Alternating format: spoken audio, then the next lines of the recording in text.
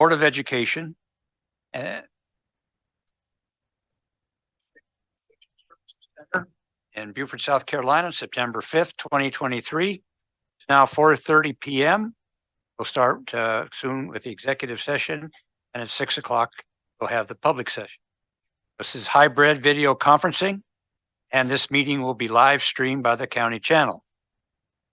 Notice, accordance with new safety and security guidelines, bags, backpacks, and purses are prohibited by the public at Beaufort County Board of Education meetings. Request for public comment participation will be accepted between 5 and 5:30 p.m. by sending an email with your name, phone number, and topic to robin.cushionberry@beaufortk12.sc.us, and Robin is spelled ROBYN. You will receive a phone call during public comments where you will be able to speak and address the board for a maximum of 3 minutes on issues within the board's domain. The forum will be limited to a total of 30 minutes. If you are in person, you may address the board for a maximum of 3 minutes on issues within the board's domain. Each speaker must fill out a public comment card. Please see the board clerk for a card.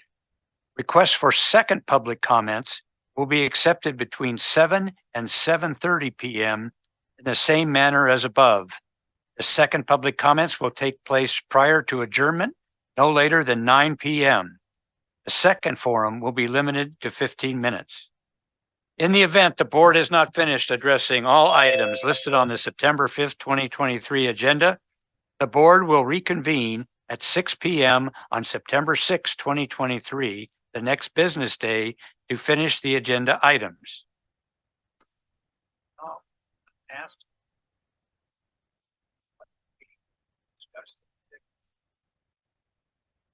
Yes, sir.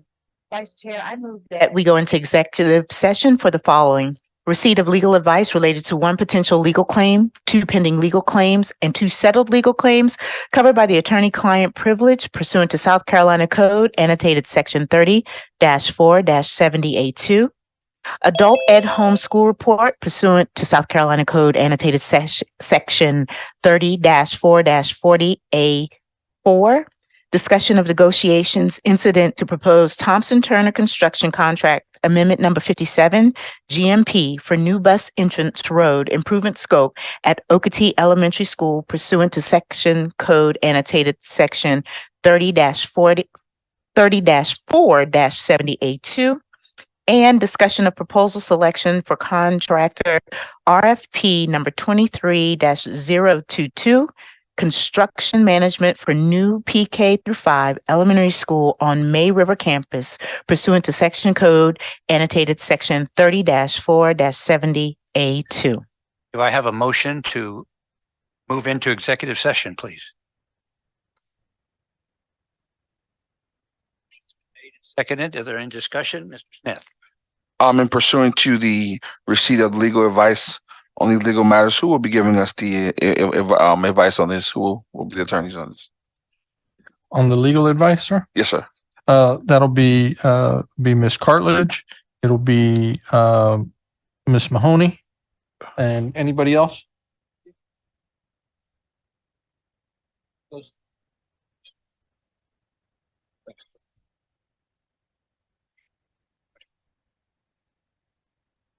Hearing none, all those in favor signify by saying aye. Aye. Those online, please identify yourself and your vote, please. Hey, aye. Quads aye.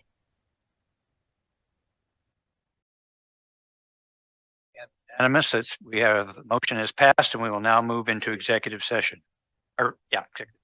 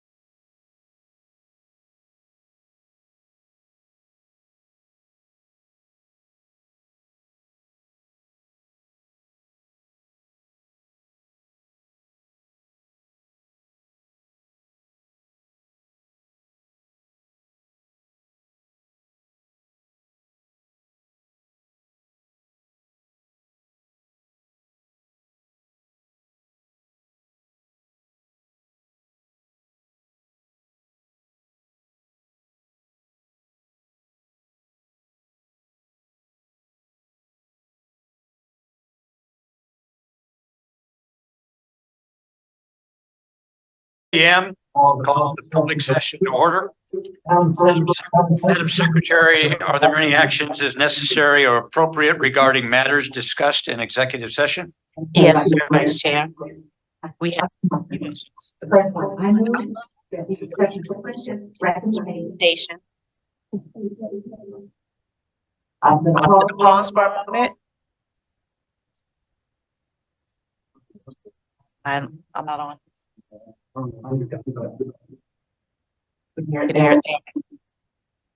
Yeah, I'm not on.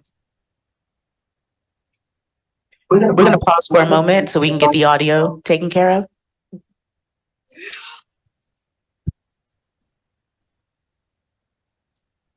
I think it's me. It's you. I think it's me. Hello? Okay, now it's better. I think turning off that mic. We are back up. So Vice Chair, I move that we accept the superintendent's recommendation for the monthly adult education and homeschool report for September 5th, 2023. A second? I'll second that motion. Smith seconds. Any discussion? Hearing none, we're going to try tonight roll call vote because we have a number of people absent. So Ms. Cushenberry, would you call the roll for the vote, please? Angela Middleton, Aye. Christina Quatz, Aye. Earl Campbell, Ingrid Boatwright, Rachel Wineski. Aye. Richard Geyer, Aye. William Smith, Aye. Chloe Gordon, Aye. Victor Ney, Aye. Elizabeth Hay, Aye. Carlton Dallas. That's unanimous. Thank you very much. Okay, so Vice Chair, I move that the Board of Education approve amendment number 57 for Okatee Elementary School road improvement scope with Thompson Turner Construction for a guaranteed maximum price of $884,092. Do I hear a second? Second from Mr. Campbell. Discussion? Give me a second. Mr. Smith? This is the road. I am really torn on this one due to the fact that there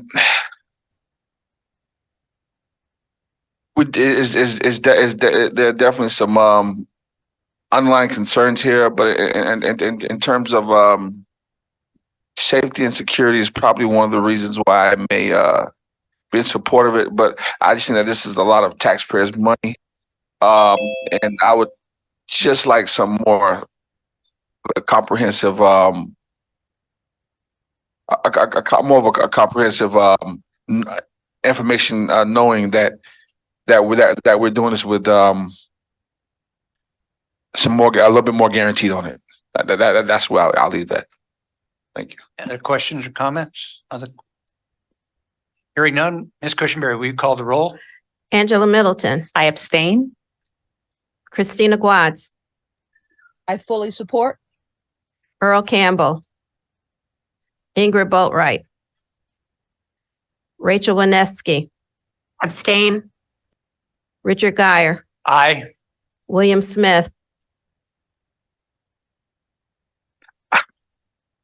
No. Chloe Gordon, Abstain. Victor Ney, Aye. Elizabeth Hay, Abstain. Carlton Dallas. I've seen the traffic jams leading into Okatee Elementary, so I'm going to actually vote yes. You have the total? Yes. Let me show the results. It's 524. Oh, Motion carries. show results. Showing up there.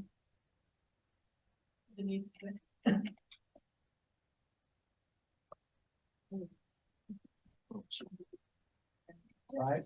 524. Definitely yes. Can you see it? Yes, it's 524. Okay. 5 yes, two no's, and 4 abstentions. So what does that mean? It says approved. Approved. Yes. Okay. Next Okay. item. Vice Chair, this is the last one. I move that the board authorize the superintendent to issue an award to Thompson Turner Construction to provide construction management at risk services for the new PK5 elementary school on the May River campus as described in RFP number 23-022. The board authorizes the superintendent to execute a contract with the contractor upon the expiration of the protest period. Second from Mr. Campbell. Any questions or discussion? Smith. I will definitely not support this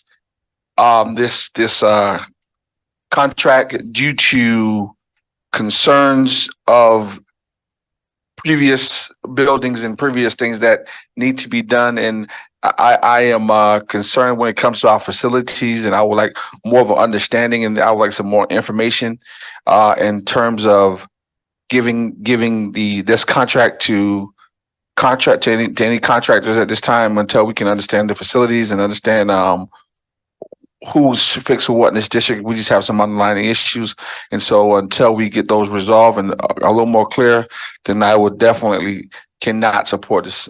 I cannot support this contract at this time. Thank you. Other questions or comments?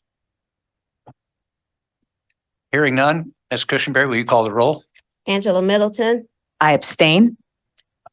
Christina Watts, I approve, yes. Earl Campbell, Ingrid Boatright, Rachel Winefsky, Abstention. Richard Guyer, Aye. William Smith, Absolutely not. Chloe Gordon, Abstain. Victor Ney, Aye. Elizabeth Hay, Aye. Carlton Dallas. I believe motion carries. 713. 713. Anything else, Madam Secretary? No, sir, Vice Chair. That concludes all of our motions coming out of executive session. Thank you. Our next item on the agenda is the approval of the agenda. Do I have a motion to approve the agenda? Ms. Boatright, do I have a second? Mr. Campbell, discussion? Hearing none. Ms. Cushenberry, will you call the roll? Ms. Middleton, Aye. Christina Watts,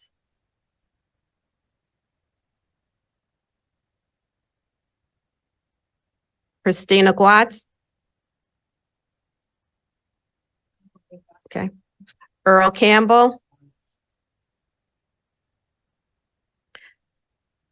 Ingrid Boatright, Rachel Winefsky, Aye. Richard Guyer, Aye. William Smith, Aye. Chloe Gordon, Aye. Victor Ney, Aye. Elizabeth Hay, Aye. Carlton Dallas. Aye. Motion carries. All those, okay, so now we'll go to the next item on the agenda. That's the Pledge of Allegiance. Please rise with me. I pledge allegiance to the flag of the United States of America and to the republic for which it stands, one nation, under God, indivisible, with liberty and justice for all. Please remain standing for a moment of silence for two Battery Creek High School students who passed away last week. And for Mr. Michael Harris, the son of the late Mildred Wilson, who served as a principal at St. Helena Elementary School. He passed away on August 29th, 2023. He was a retired teacher who worked at Well Branch Middle School.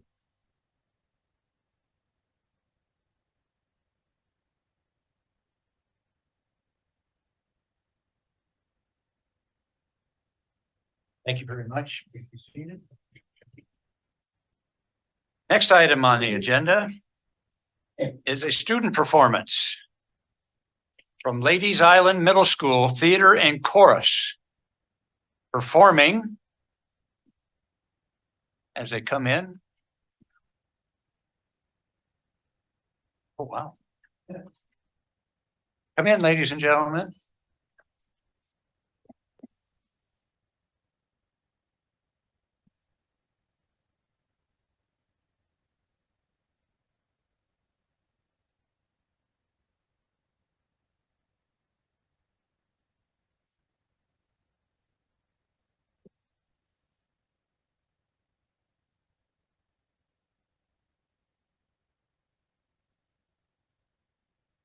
Here we go. Hidden Treasure from Pirates, the musical under the direction of Lydia McLean.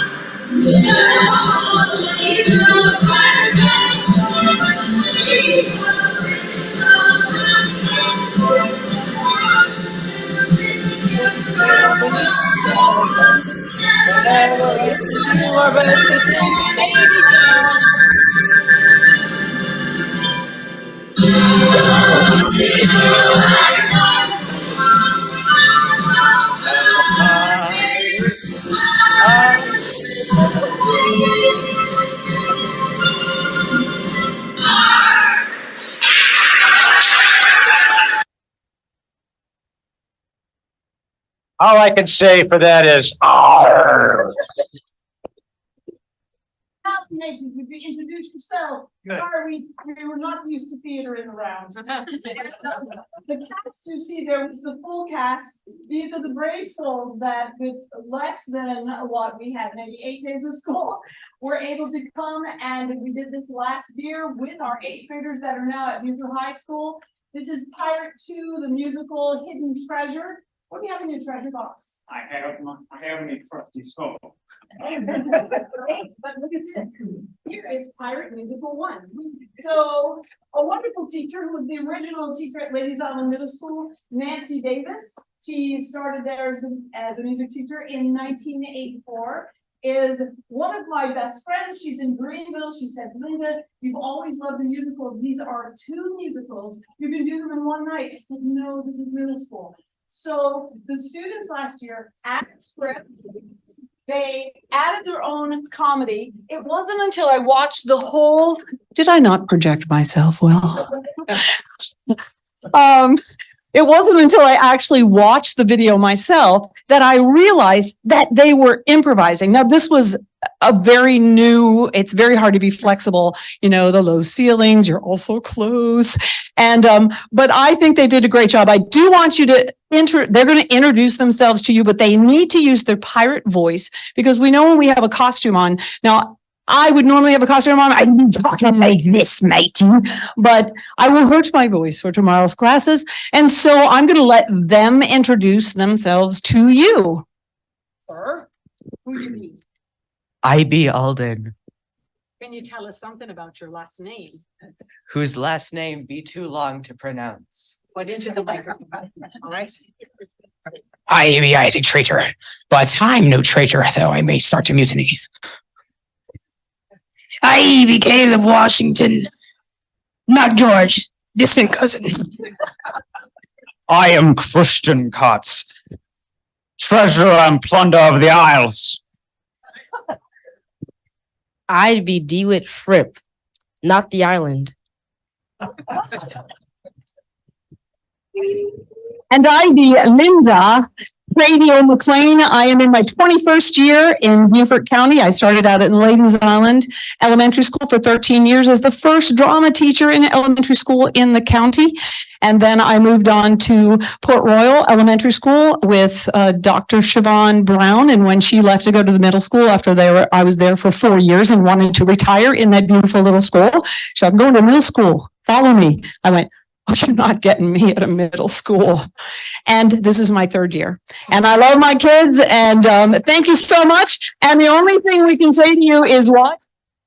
Ready? Onward! Thank you so much.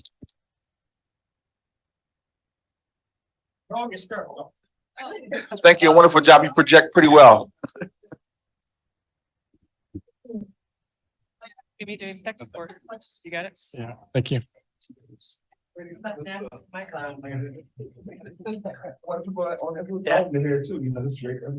Thank you, thank you, thank you, Will. We have points of celebration. The Boardmanship Institute recognition.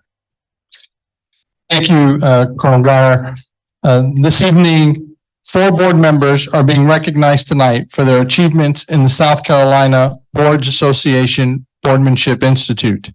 The Boardmanship Institute offers a year-round training curriculum to help board members develop skills and stay abreast of state and national education issues. Workshops focus on school law, advocacy and legislation, improving board operations, leadership for improving student achievement, and other timely topics. Members earn points for participating in those workshops. So it is my honor tonight to present the first recognition to Colonel Richard Geyer. If you join me up there for a minute. I'm being honored for each of its own.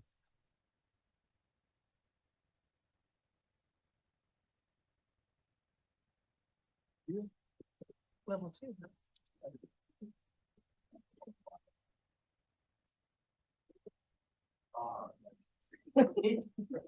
Level 2 is reached by earning 40 points within 1 year as a board member. Also reaching level 2 are board members Ms. Angela Milton and Dr. Rachel Wisniewski. Would you join me up here?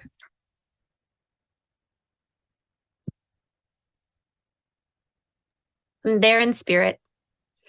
Okay, thank you. Dr. Wisniewski will have your plaque and a certificate and a pin that goes along with that, waiting here for you. And reaching level 3 by earning 100 points within 1 year is board member Mr. William Smith. If you'd join me up here.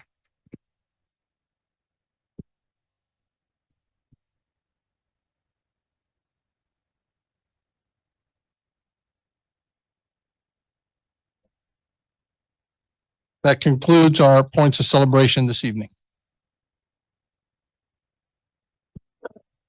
Thank you, Dr. Rodriguez. Our next item is public comments, and there's a statement to be read at the beginning of each school board meeting.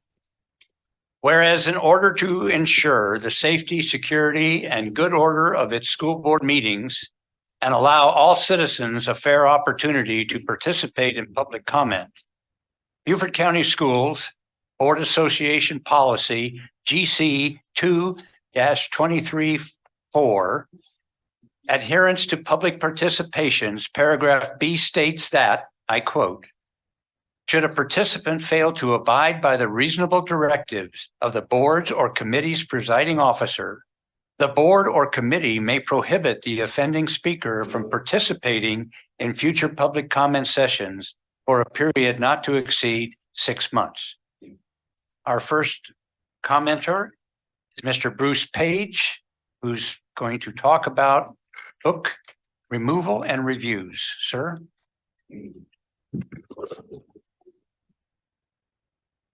Was drama to get started.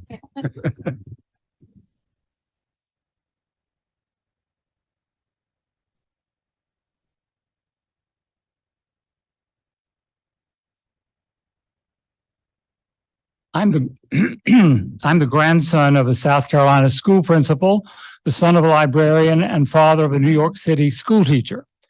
In my own 4 years of teaching and 30-year career in Protestant ministry, Finally, with 10 years of work with hospice, I learned that rather than telling people how to run their own lives, I could sometimes be helpful sharing what works for me.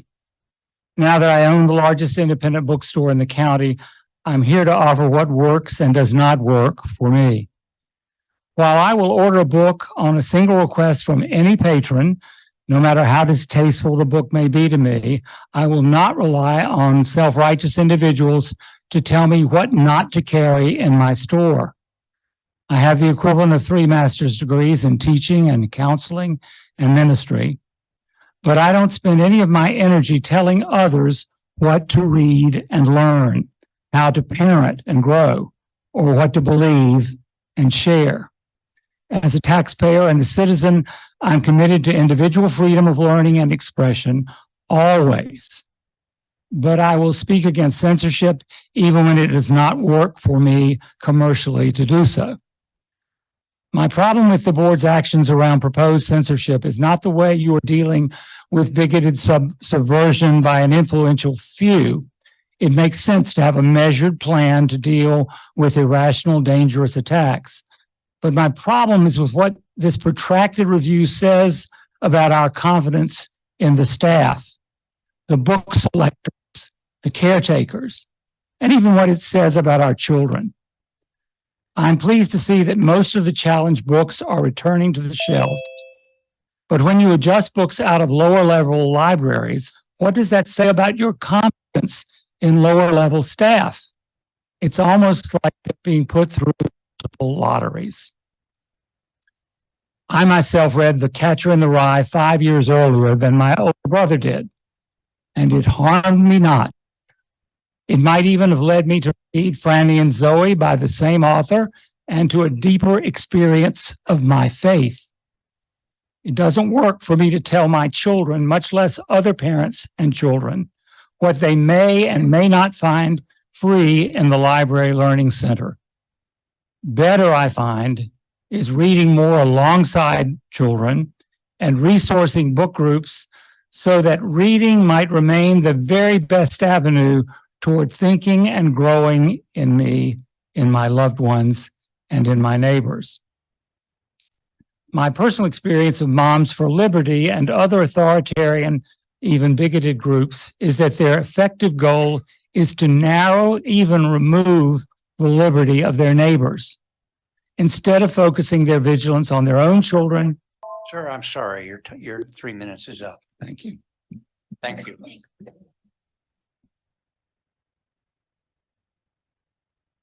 Our next speaker is Beaufort County Councilwoman Tabernick. Please welcome the councilwoman to our public comment session. Thank you. It's kind of a pleasure to sit on this side of the tables. So I am Anne Marie Tabernick. I'm District 6 Beaufort County Council. So I thought I'd come and say something really nice because usually you get bombarded with all kinds of things. So first of all, kudos to all the board members for serving. Not an easy job. I was 37 years in education and every day you get pummeled. Kudos to all our staff who work every day for the children. But I'm really here about your superintendent and your CFO. They have braved the county council meetings, producing your budget. And I know in the past it's been quite a challenge. I've heard, I wasn't there. But this time they sailed through the 3 hearings for the budget. And then Ms. Crosby, Tanya Crosby, your chief financial officer, sailed through 3 hearings with the resolution to do the reassessment and the rollback. Not one question from county council. So I think that shows your constituents that you're doing a great job. And the fact that county council has now recommended to the legislator to give you fiscal autonomy should say a lot to this community. So keep up the good work. Have a great school year. And if you need something, you know how to find us on county council. Thank you. Thank you very much. Our next speaker is Miss Lori Halliban, I believe is the name. And the topic is book bans.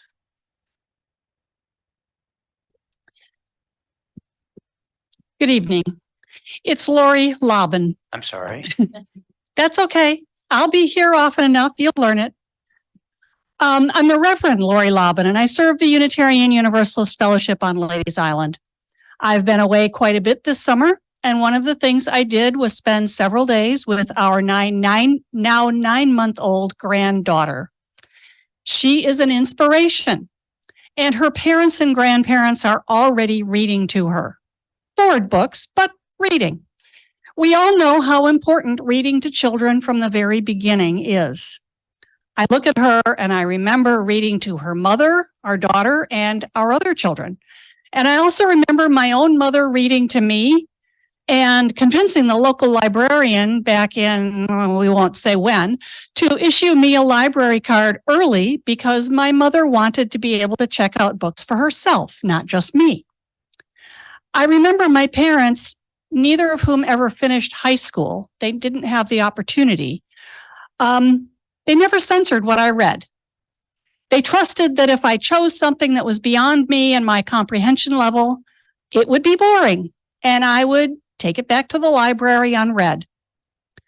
I followed a similar system with my 3 children, although I was a little more active about talking to them about what they were reading, and I learned a lot from those conversations. And our 37-year-old son, I'm proud to say, now sends me books he thinks I'll like. And I'm going to say something nice tonight, too. I am grateful that I was able to trust that the school system would have the books our children needed when they needed them.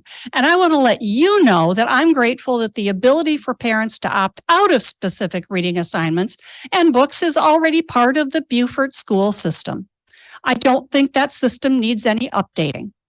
I'm also grateful for the board members who have consistently agreed with the committees, who have done the hard work and of reading books that might not be their favorite genre and meeting to discuss the book's merits with others, and then recommended to you that books be returned to the schools. It's my hope that we will quickly move through the remainder of these books and all will be returned and we can move on to other things. I further hope that you will continue to support access and intellectual freedom for all of our students and teachers. Thank you. Thank you, ma'am. Ms. Fishenberry, I believe we have one call in.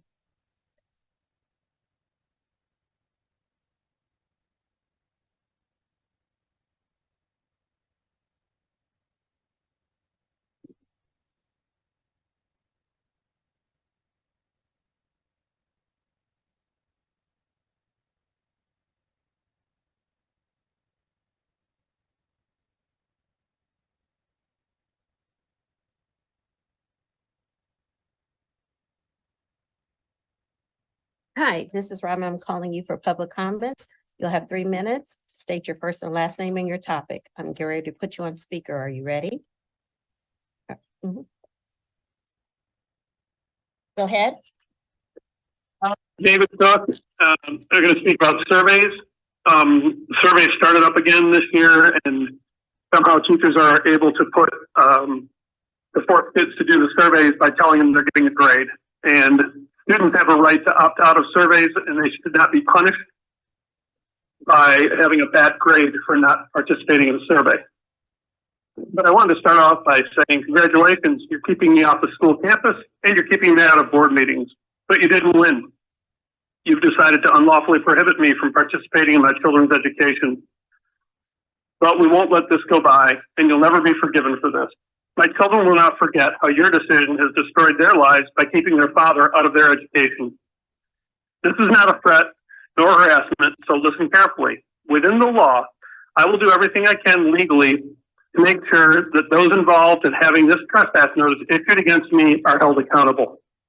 One of Dr. Rodriguez's staff laughed at me when I spoke to them about this matter a few weeks ago. The conversation on the phone started with me asking them how they were doing, and their response was, "A lot better than you right now," and they laughed at me. I didn't think it was very funny. It's not. It's pathetic and it's childish. No integrity whatsoever, but that's the status quo. And it's a sad day when people laugh at the unlawful punishment of others. But I could come to expect this behavior from our district because this is what happened in the middle school last year when all the kids in the 8th grade were forced to eat lunch with their advisory classes instead of with their friends because a couple people wouldn't behave. And this is what happened last year when a school media specialist decided they would interfere with SIC elections, encouraging others to vote for one candidate over another on school time using their social media during the workday, and nothing was done. There are dozens of reasons why I can't trust the teachers in our schools.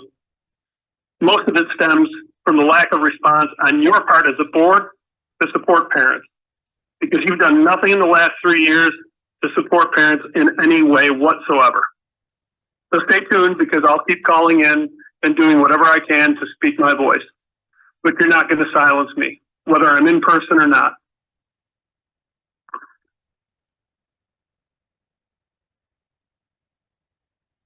That concludes public comments. The next item on the agenda is the chair's report. And 5 board members attended the School Board Association's annual school law conference. They were Ms. Gordon, Mr. Dallas, Mr. Smith, Mr. Campbell, and myself. I want for the public to realize some of the things that were talked about. Talked about Robert's Rules of Orders, litigation, what school board members need to know, student discipline hearings, policy and practice, parental rights movement, what school board members need to know, closing the deal, how to contract negotiate with superintendents, knowing what you don't know, important questions board members should ask about school law, and lastly, addressing constitutional law issues at the schoolhouse gates and navigating the challenge of student discipline issues.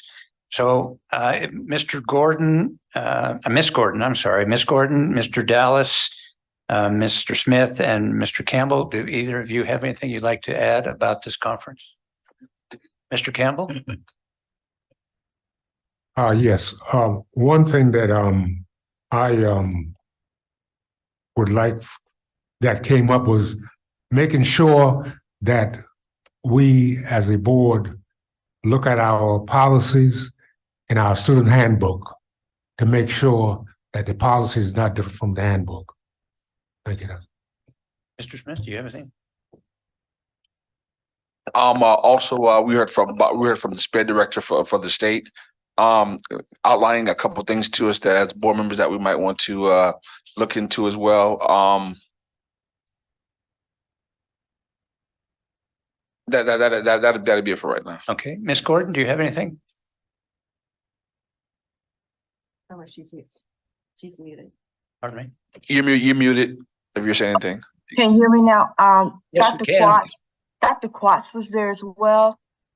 And it was a very, very well done conference. I learned a lot.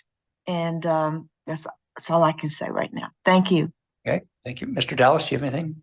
Yes, sir, Mr. Vice Chair. As a new board member, I found it extremely rich and fertile learning environment. Speaking with board members from across the state was very informative. We all are dealing with some similar challenges, and that some have discovered opportunities that they passed around verbally in impromptu conversations. I also want to congratulate the board for being so supportive of board members and staff and what have you actually pursuing additional learning. There's a lot of learning that takes place far beyond what I had anticipated as a first-time attendee. So I just want to congratulate the board for being that willing to help us grow. Dr. Gauze was also attended, and she has, I found, dropped off the net. Okay. Also, yes, Mr. Smith. Also, I would definitely also like to thank our staff who make our transition down there so elegantly make it possible, because when I first got down there, they gave us an envelope that makes sure that we have information that we need and what's going on down there. And one lady was she said, well, did you check it and get your envelope? And she said, because I was trying to figure out what's going on. And I said, I know what's going on. I already have them. She said, oh, can I see it? He said, where'd you get this from? I said, so elegantly, I said, the board secretary. So I would like to thank the staff for always taking the time out and making sure that we're ready prepared when we go to those conferences. Just like to thank you publicly for all the work that you do for us as well. Thank you. Well said. Thank you. Okay, the next item on the agenda is the academics report. Ms. Gordon? Thank you, Mr. Chair. The academics committee met last month in August, and there were a lot of ARs that we covered. So I'm going to turn this over to Dr. Stratus so that she can, with her team, can give us a brief on what was discussed on that day. Thank you, Mrs. Gordon, and good evening, board members. I'd like to share with you that our prior academic committee that was conducted on August 9th at May River High School, we had an update 15 administrative regulations. The predominant amount of them touch upon student services. You have a summary sheet that is part of your folder, which actually gives a quick summary of the updates of the administrative regulations. Wendy Cartledge, our legal counsel for the school district, presented these 15 administrative regulations. So I will pause and let you take a look at the titles. And if we have any specific questions, I would have Mrs. Cartledge come up to assist us.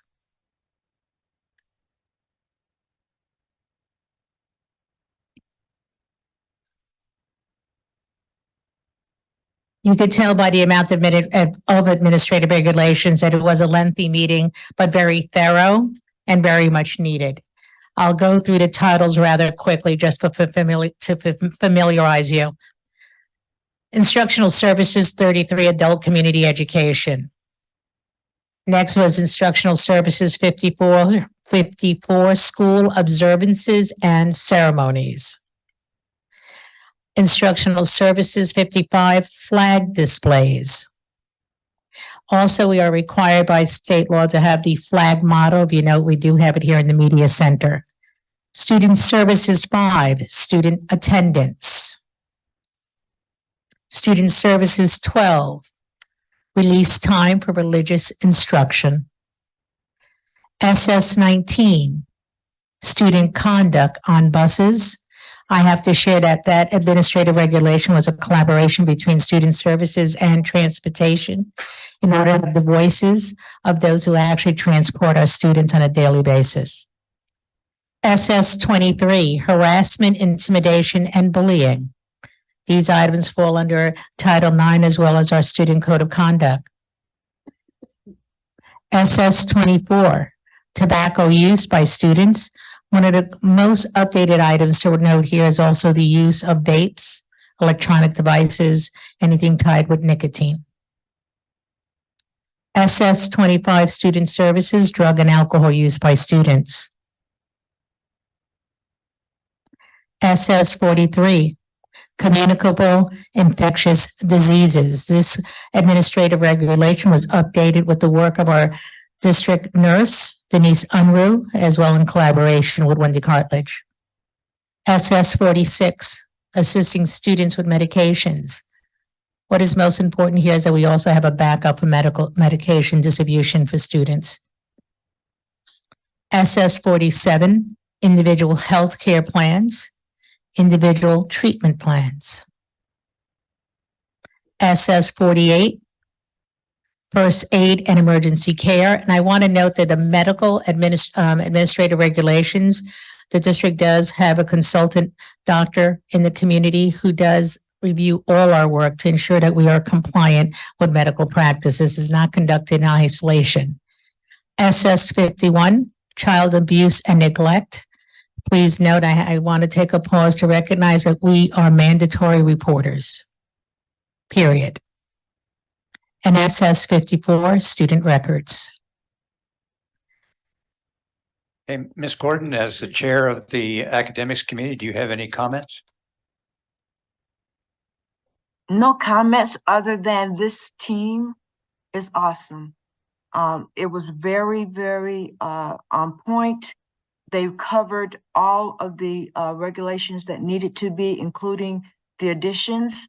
And I want to thank them for such a thorough report and for giving their time and actually making sure that we are up to date on our ARs. So thank you, team. Thank you very much. Any question? Yes, Mrs. Dr. Stratus, thank you and your team again. This is gold. I like the fact that you all gave this update in this format and you went over the key points. And I think Ingrid might appreciate that too, because all we saw was a stack. And we're like, oh, it's going to be all night. So thank you so much, team. You all did great. If I can give credit to that, that was actually initiated by Karen McKinsey.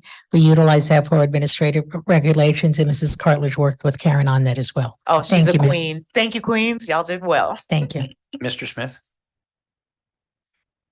Just a quick question. And in terms of the bus drivers, do we know if all our bus drivers are CPR? I mean, for oh God, it's on top of my tongue.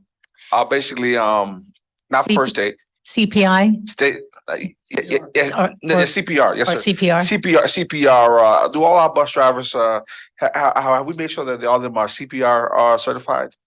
Don't know the answer to that. I'll check into that. Make sure that that's something on there. Because I just know that our district does offer those CPR classes, and I was just sitting there thinking and listening to you when you talked about the health plan and the first aid medical. I was just wondering in terms of our bus drivers, are they CPR, because we do offer that. So I think that would be something good for all our bus drivers to make sure that they take CPR. No, we also conducted CPR training today for our contacts for our extended learning sites, and we had full representation, sir. Yes. That's awesome. That's awesome. More the better, because the one thing that Mrs. Henderson tells us that, from my understanding, is that if someone was to need CPR on this side of the broad versus the other side, that this side that we're definitely in trouble. So I think the more people that we have on that in terms of our bus drivers will make a difference. Thank you. Yes, sir. Any other comments or questions? Ms. Boatright? Real briefly, and thank you for the presentation and for the brevity. The flag AR, and I was looking through it at the same time, all this stuff with like the Gadsden flag and these different things are going on. It's another sort of culture war issue that's bubbling up in terms of what flags are flown in the classroom that aren't related to the school or educational things. So I don't know. I think it might be an opportunity at some point to discuss like what flag, this is how we're going to fly flags. Are there flags that are not allowed to be flown, or that we should have some sort of a standard? Because what I'm seeing out in the rest of the community, not Beaufort, but and the rest of the country, is sort of a picking and choosing of what flags can be and what can't. And I think that leaves some groups of people feeling excluded or frustrated or perhaps even angry. I will bring that up to student services. I will say generally a safe place to land at flying a flag. It is to do our U.S. flag and our state flag. Oh, amen. Those are the two primary flags we utilize. And with the addition of when we celebrate military service, Veterans Day, December 8th, things that correction, December 7th. The 8th is the superintendent's birthday. He doesn't get a flag. And it's a hard line to draw. Yes, ma'am. When you have international It- education, yes, et cetera, ma'am. but I anticipate that in the next year, we might see some politically motivated flags that might create discomfort among people. And it might just be a better idea to have a policy of how we're going to handle that.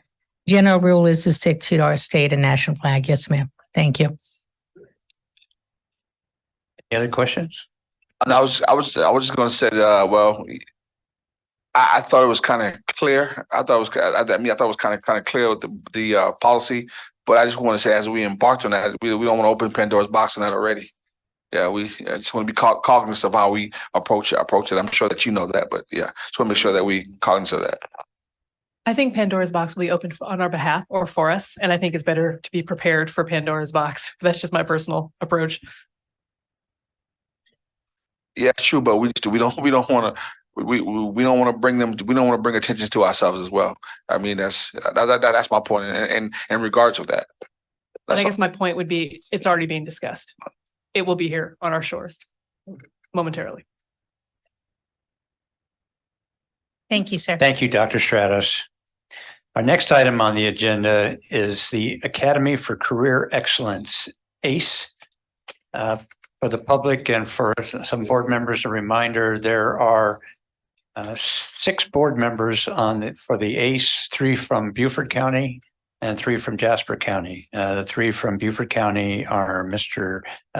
Dallas and Mr. Campbell and myself. And we had a ACE board meeting a couple of weeks ago, and we have a problem.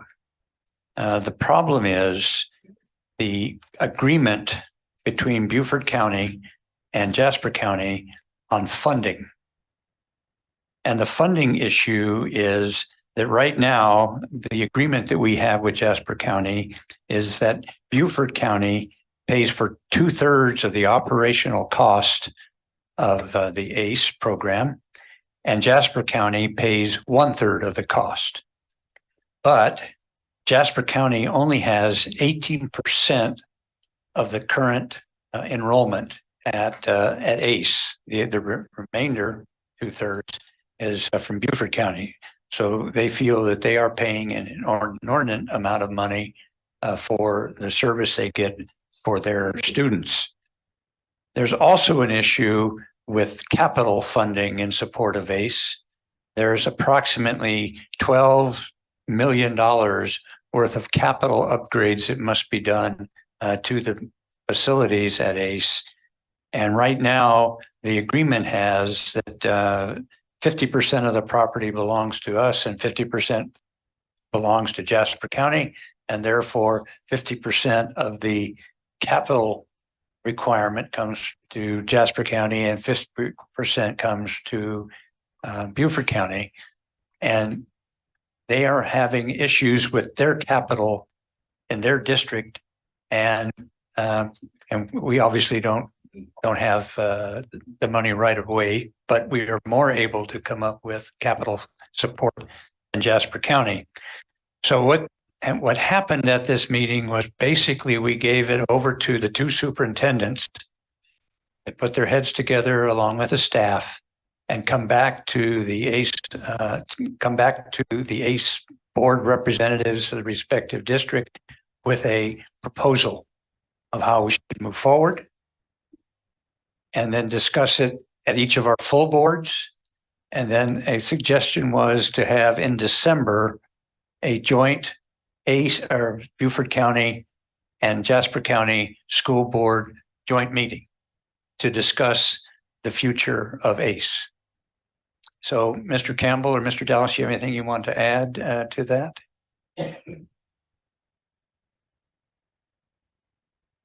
Thank you, Colonel Guy. I view this as almost being a fundamental divergence of interest between 2 alliance partners, which happens quite often. One's the economic direction in the future for Jasper is extremely bright. And my concern is that if we look at what historically has happened over the last 5 or 10 years, Beaufort could be encumbered with some significant capital cost that is supposed to be shared 50-50 by each of the participants. And also Jasper County has invested significant millions of dollars in creating programs that could be very parasitic on the attractiveness of ACE to Jasper County students. So as we review this, I'm hoping that one of the options anytime you're considering alternatives is to do nothing.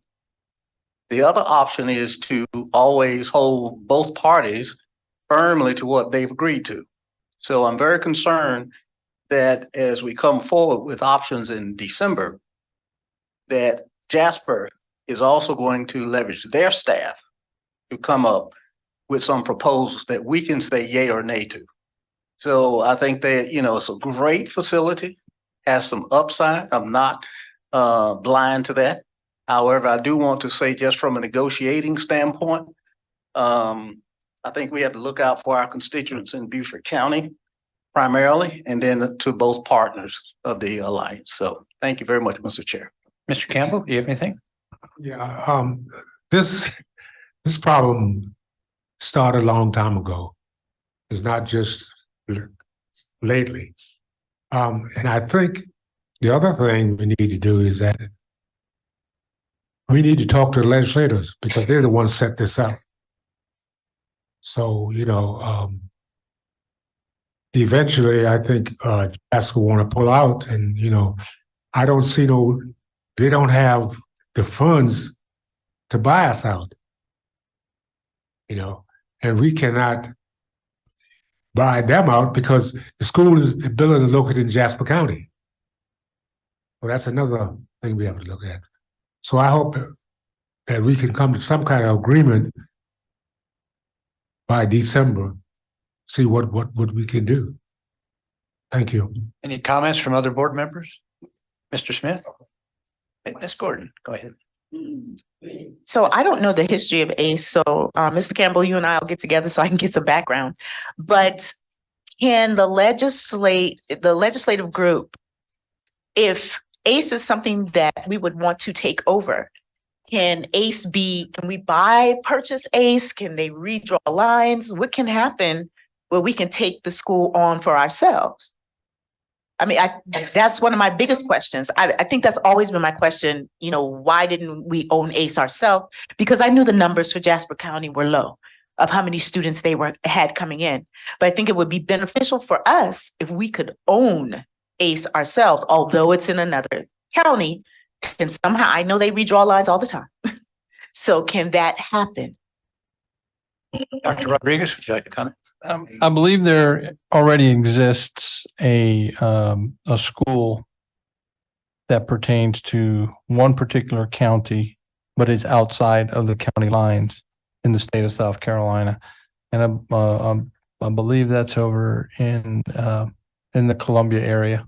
I think it's Lex 5. Yeah, I think you're right. I think.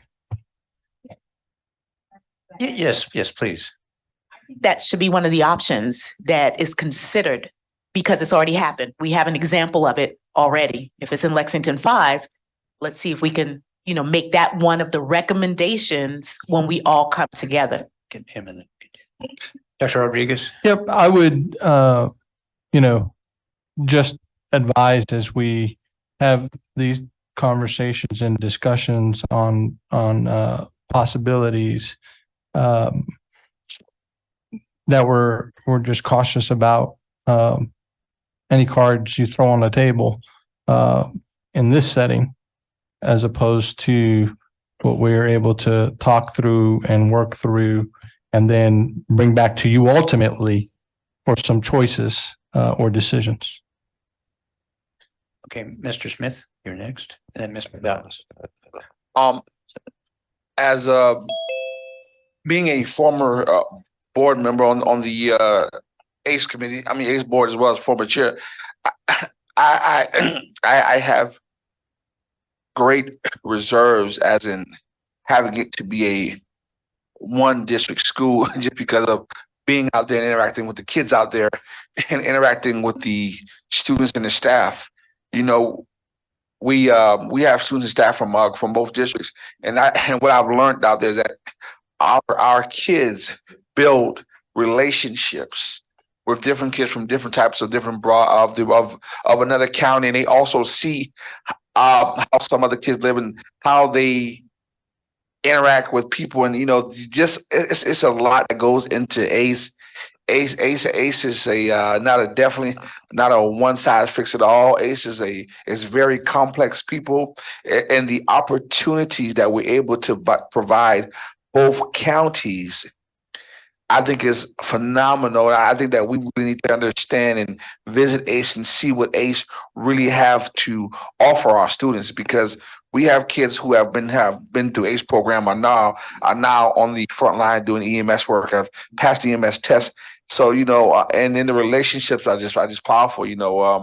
Just the other night I went to one of the football game, and there were some kids who remember me from ACE. Hey, how you doing, Mrs. Smith? Da, da, da, so. And just I think the relationships and what we can offer as a community and having interaction, being good neighbor, I think it's phenomenal. So I would definitely I'm definitely concerned. And this was, as Mr. Campbell said, this is not something that hadn't come up before. But every time that it comes up and go, I just hope that this time that we have a shot and a chance to get it right. And I'm looking forward to this board, as well as the ACE board, getting it right and making the best decision that will ultimately help all kids, because Jasper County is our neighbor. And so what they breed next door as we will encounter, same thing what we breed, they will encounter as well. And believe it or not, our kids do cross lines in terms of educating each other. So that's something we need to be cognizant of as well. Thank you. Okay, Dr. Wisniewski hasn't had a chance to speak yet, but her hand is up. So Dr. Wisniewski? Thank you, Mr. Chair.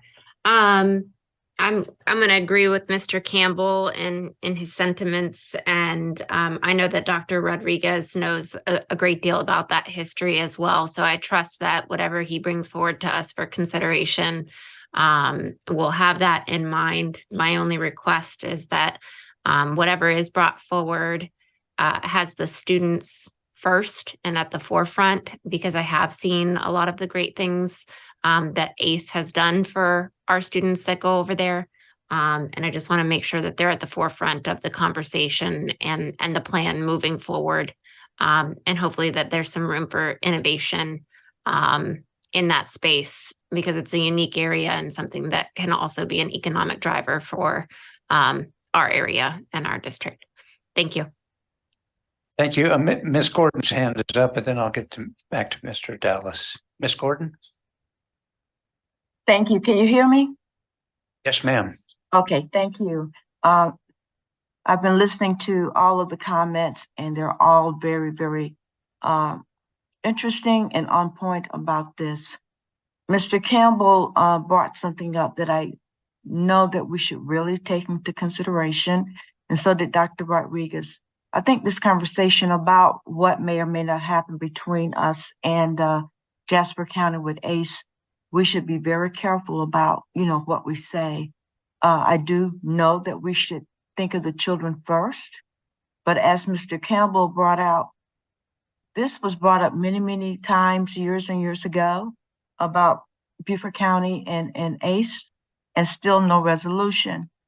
And I think that we really need to look at the agreement between the two counties and what the process was at that time and still is.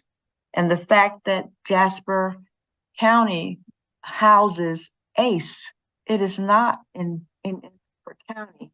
And so when we start looking at that property and what we need to do, we really need to have our attorneys involved in the conversations with ACE and their people and with us.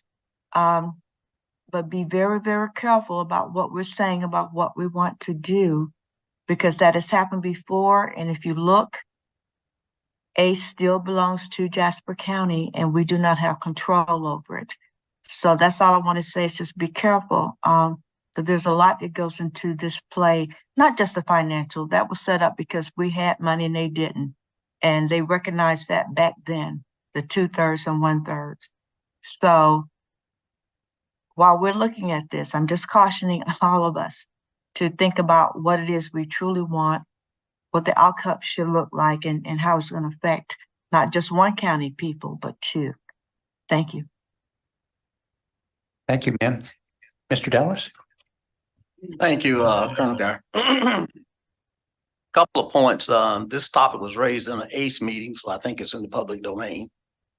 The second point is, I think the General Assembly is actually working to consolidate and eliminate some of the school districts that are in the state because of the efficiency that can be achieved. And I think some of the cross-border schools are being looked at by the General Assembly as well. So there may be less of a comfort level with the exception of situations such as Lexington 5.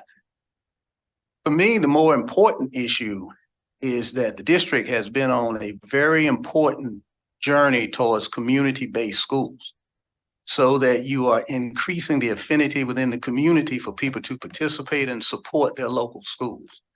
I think that if we're going to look at some of the options that may have been considered, it could cannibalize the community attraction for our community-based effort.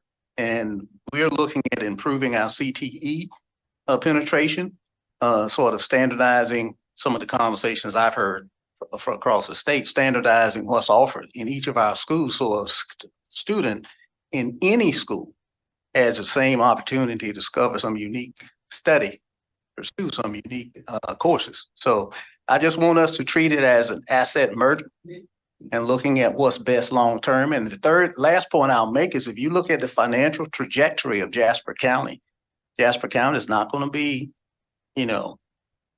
less capable than Beaufort County in the near future. So we have to look at where the ball is going and negotiate accordingly. Thank you very much. Thank you all for the comments. That this was brought up so that Dr. Rodriguez could have a sense of the board's thinking before he starts his negotiation with his counterpart in Jasper County. So I think we're ready to move on to the next item, and that is Ad hoc Results Committee and Ms. Boatwright. Hello, board. Here we are again. So the results, we had some results committee meetings back at, I think, the beginning of the summer. There was a lot of feedback to what the committee brought forward. And I thought that we potentially have a work session or involve this. And what I sent out to the board was looking for some sort of guidance from the board. Because, and just to remind everybody who's new and for the public, the current evaluation instrument was put in place right when Dr. Rodriguez was hired, but before we had adopted coherent governance. And it was the end result of a lot of work of some of the current board members. And they ended up going with the state of Michigan's matrix, but then sort of Beaufort Countyized it and sort of tweaked it around. And so that's what we have currently. It's what we've been using. When I was first on the board, I was assigned to the results committee, and Kathy Robine was the chair at that time. And basically what we were charged with was all of these, how do we assess the superintendent during a pandemic? So we spent a fair amount of time looking at what we could add or subtract to make it fair, given the fact that we are under this pandemic and all of the data was being embargoed. So I will state up front, as I've stated many times, if we are to truly do coherent governance is 100% clear about how we are to evaluate our CEO. And it is because it is by using the operational expectations that we already give him and his staff, as well as result policies. And I don't feel like we have clear-cut result policies at this time. We definitely have the operational expectations, and Dr. Rodriguez and his staff work to meet those operational expectations on a regular basis. The feedback I got from the board meeting was that we could not change the current evaluation because it was already underway. This committee, and I think we need to think about how this committee as a whole is restructured, does not really get formed till late January, by which time we're already halfway through the school year. So I guess the real purpose of this committee, which I did not really understand at the time, is to look at the following years. So I think I still would like to do that with the remaining 4 months of this committee, is look at, okay, the current year we're currently in, can we make some adjustments? But I do think that's going to require some sort of a work session or commitment on behalf of the whole board. So in the meantime, what we looked at with the current evaluation tool, there were several problems identified at the last evaluation that I think the board discussed as a whole. Now, there are new board members, but the board members that were there that we wanted addressed. So I'm bringing forward for this current evaluation, which is due in October. What should I call that? 2023 evaluation? Okay, so the current evaluation that is going to be coming due, we need to look at 3 areas that I think that the board discussed. So Chloe Gordon and I met with some other board members to talk about what we could realistically do. The 3 areas I think we need to look at is, 1, I think we need to remove the pandemic response portion, because that was not a factor in this academic year to the extent that it should affect his evaluation. We identified quite clearly that there was a problem with the way we evaluated him on his financial management, because it would not allow us, even though we get awards and our budget and Tabernac comes and tells us how great it is, we were unable to give high marks because in Michigan, I guess in Michigan, the way this financial piece is structured currently is that a full score on a 4.0 scale is 2% under budget. But I believe in South Carolina, you're not really allowed to be under budget. So that is a conflict. The third thing is something that we have been rolling around with this thing, which is the way we evaluate the academic achievement piece. So I think what might be the best way to do it, I'll let Ms. Gordon add, or any of the board members have any questions, but I think maybe we do it as 3 separate motions to address whether or not we're going to look at these 3 areas of the current evaluation. So Ms. Gordon, do you want to add anything? No. All You're right. doing good. You're doing good. No, I was very grateful to have Miss Gordon as a former administrator, and she knew exactly what happens in these classrooms and in these evaluations. So basically, I guess what I'll do then is we will start with the first section, which is the pandemic response. And Robin, I'm sorry, I should have teed this up for you, but I'd like to make a motion that the Board of Education remove the pandemic response sections from the current evaluation instrument. Do we have a second? Mr. Campbell with seconds. Any discussion? Yes, I'd like some discussion. Go ahead. You got to bring it. Victor. Thank you, Mr. Chair. When I was doing the pre-read for this, I was going to recommend that we change it to crisis response. Actually, we do have the occasional crisis. We just had a hurricane.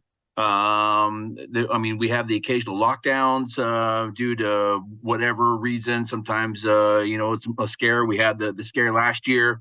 Now we have our response, our crisis response trailers. All that kind of stuff. So, yeah, we're not still dealing with the pandemic, but I was going to recommend we change it to crisis response. That's the end of my comments. Thank you.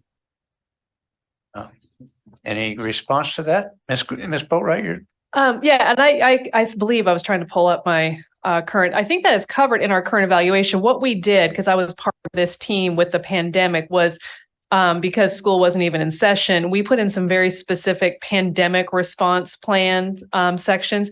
I do believe crisis response, of course, it's an OE. It is part of our policy, is contained in the current evaluation instrument in that way. So I don't know if it needs a special weighting within the different sections. But if you have a recommendation on where you think it would go, I'm trying to pull up my copy of the here it is. Ms. Gordon, Miss Gordon, I guess. Miss Gordon? No, I'm sorry. Ms. Boatwright, were you finished with your thoughts there? Yeah, I was trying to see where I thought it came under, but okay, go ahead. Well, while you're looking for that, I just want us to be mindful that whatever we do, we cannot change this instrument because he's already been given what he was going to be evaluated on. I took that class this summer, and basically on our part, there would be a breach of contract because we did not tell him that pandemic is now crises, which he could have been working on since January. And his evaluation, Mr. Ney, is due in October. But we could put it on for the future, which is not a problem. It's a great idea. We just can't change it for this period of his evaluation. We can take this out, but we can't add anything. And that's per law. Ms. Boatwright, do you have any? No, and I would also, I'm trying to find the spot that I think it would fit in. Because one thing is the pandemic response, there are, I think, 6 sort of, domains under the superintendent. Did I get that right, Ms. Gordon? I don't know the jargon. So like community relations, board governance, and we put a pandemic sort of weighting into each one of those to make sure it would make up for any of the shortcomings because of the fact that we were in virtual school and those different things. So I don't know if we could easily transition to a crisis management. So I would support Ms. Gordon saying we should look at that for this not this current evaluation, but the upcoming evaluation. But I don't see it working really well to just swap the 2 out. Okay. But that's just my opinion. Okay, I think we have a motion. Would you display the motion?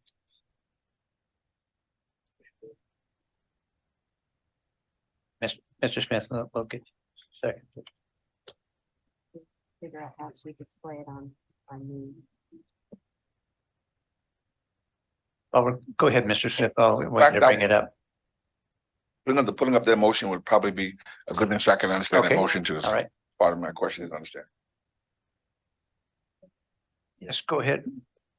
Ingrid, the motion that you made is to remove this in the future? No, for Or this current for evaluation. just the pandemic Yeah, so section? that, and they're in red because they were added sort of just in a short-term duration of the pandemic that we remove those sections. Okay, so That's- in that's the what- red, remove for this. And to be time. clear, each domain has a pandemic response. So we'd be removing the pandemic response section from each domain. And you did the weights, well, recalculated the weights. No, that's the what's in weights would red? stay the same because the domains are weighted. So we just basically back when added that pandemic response to kind of plug holes that we couldn't evaluate him on. And now that that's not an issue, we'd just be removing that and the full weight of the domain would stay the same. Gotcha, thank you. Mr. Smith, So my questions were kind of along what she just asked. So if we move those, then how would that change up the point structure? In my It opinion, it won't- wouldn't change the point structure because governance and board relations would still have the same weighting. It just wouldn't have that extra asterisk by it for pandemic. Okay, that's the first question, and then the second thing is that I hear your I hear what you're saying, but I am concerned that we are possibly on the verge of possibly another pandemic coming because I've seen where some people are, so some states have shut down, some districts across the country have shut down for 2 weeks, and I would hate for us to pull this out. And then this occurred, and then we say, well, we want to re-add it. So now we don't want to go back and forth. So that's the only thing that concerned me that I have seen where the pandemic is kind of, or this COVID is, and the flu is taking because, Oh, it's out there. Yeah. What I would say to that is we're not banning pandemic response, but I think, would you concur that in this previous school year that we just went through, where we just graduated, that the pandemic was not a weight on last year's school year? Because that's what we're talking about. We're talking about the previous years. Okay. So it would not affect the upcoming next year, the year we're actually in.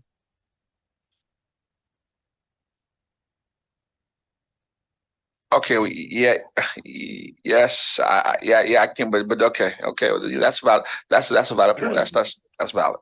Okay. Mr. Dallas.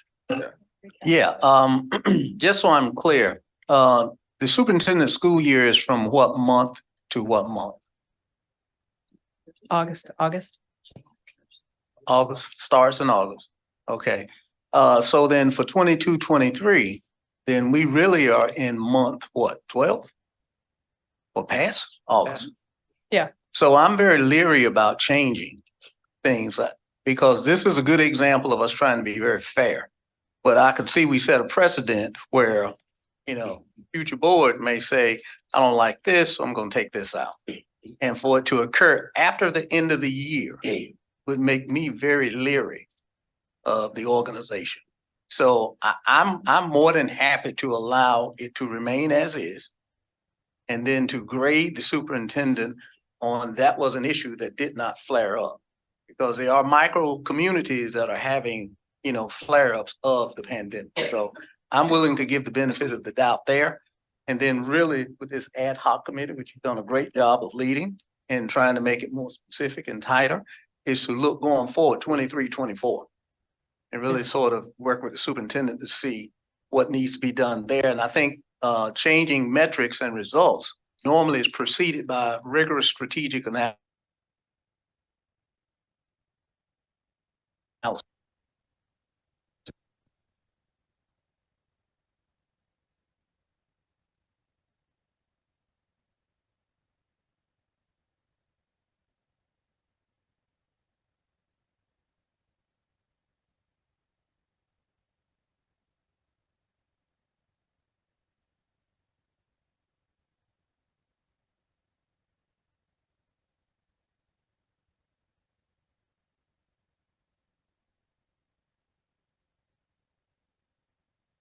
Still compare ourselves against the state median, but also say that's our aspirational group. And I think that type of clear focus helps galvanize a workforce. Point of order. Okay, yeah, I think we're veering off the motion. Not a problem. So let's, Oh, no, actually, some people said that they've lost, or it's got it back there, they've lost audio, but apparently they've came back. okay. Ms. Boatright, do you have anything before we go for the vote? No, but I concur. And I will say, I think that there are two things that I will put right up front on all this, because we're going to have three motions here. One, I think there are some structural problems with the way we set up results, because if we're establishing the results committee in January, that doesn't make a whole lot of sense. We need to figure out how we're establishing that and be clear and intentional. So I think that, and then I think we do need to look at putting our, this is not really in alignment with like our OEs and whatnot. So I think that those are two challenges. I think this is a one-off. And what I will say to the new board members, these discussions were had in pretty good detail when we did the last evaluation. That's why I feel somewhat confident. I feel like it was more the ball was dropped as to which result committee was in charge. But I don't think it's fair, because I think the expectation was these things were going to get removed. So that's why I'm bringing these three, and I'm limiting it to these three specific things. They were discussed during the last evaluation. Okay. I think we'll call the question. And Ms. Cushenberry, would you call the roll, please, on this motion? Angela Middleton, No. Dr. Watts is absent. Earl Campbell, Yes. Ingrid Boatright, Yes. Rachel Wineski, Yes. Yes. Richard Geyer, Yes. William Smith, Yes. Chloe Gordon, Yes. Yes. Victor Ney, Yes. Yes. Elizabeth Hay, Yay. Yay. Carlton Dallas. Unfortunately, no. Okay, 8-2-0. Let's get the numbers. 8-2-0. 8-2-0. Motion passes. Oh, right. Okay, so another one of the areas that were discussed at the last evaluation was the financial piece. And just to review, on a scale of 1 to 4 for the Michigan matrix, a 4 was under 2% under budget, which really is not possible. So what we wanted to do was to shift the matrix so that the highest achievable grade was actually the perfect score of being on budget. So this is not a question of changing the content. It's just a question of adjusting the grades to reflect what's actually happening. Put that in a. Okay, so Ms. Cushenberry, I'd like to move that we adjust the financial domain of Dr. Rodriguez evaluation to make the highest achievable score to be on budget. Here's a second. I second. Mr. Dallas? I second. Okay, Mr. Dallas got you first, Ms. Gordon. That's all right. Okay. That's all. Second. Pardon, did you get that? Okay. Ms. Motion Middleton? can I? Yeah, go ahead. Motion to adjust the financial domain to make the highest achievable score. On budget. And the motion was second by Mr. Dallas. Middleton, did you have something? Yes, I do. So are we talking about, with this motion as well, are we talking about doing this now? Okay, yeah, I have a problem with that. I can't support that. Other comments? Mr. Smith? Yeah, I was actually gonna ask her what that looked like. So, good. Maybe I would like to. I would like to get your head together. I would like to make amend the motion to the upcoming year.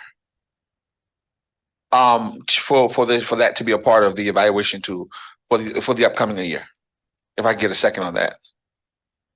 Okay, it's been moved, amendment's been moved and seconded to make this motion effective on the next year. And it's been seconded by Ms. Middleton. Discussion on the amendment? Mr.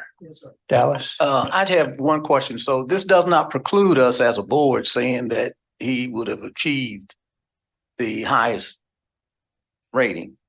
This year, it would. Okay, it will not preclude that, or would it? No, it would. It If this would stop. amendment passes. It would stop getting a possible 4 if we waited and just shifted it to next year. That's the problem. When you have a test and 100% is not possible, then a 90%, I mean, that's not good enough. You know, you have to have a possibility of making and meeting the objective. And under the current thing, it's against the law to be under budget. So it was flawed. And I was on that board that put this out, and we just screwed that up. So there's no grading on a curve now. Exactly. It's exactly right. Okay, Miss Middleton. My problem with this is we should have addressed this last year in September. True. And this is a contractual issue. I mean, we have a contract with him. And nothing against you. I wish we had done this last year. Yeah, I think that, sorry, go ahead. Yeah, can I respond to that? If it was negative response to him, I would say I would agree with you. If it was a negative issue for the superintendent, but it's not. It's a positive fix I for the understand, superintendent. but it's just like, it's the last minute. We're a month this away is- from doing this evaluation. What I will tell you, and I will own up because I was made the chair of the results committee at the end of January. I think there was a notion that the ad hoc results committee was formed in January, and then it completed its work in September, October, when the current, and then they would not meet again, right? So this discussion was had, we just didn't vote on it. We all agreed at the last evaluation, like, this is crazy, we can't give him a 4. But there was never a motion brought forward because it kind of slipped through the cracks because of the way we set up the results committee. But it was absolutely discussed with the board. It was just a procedural issue.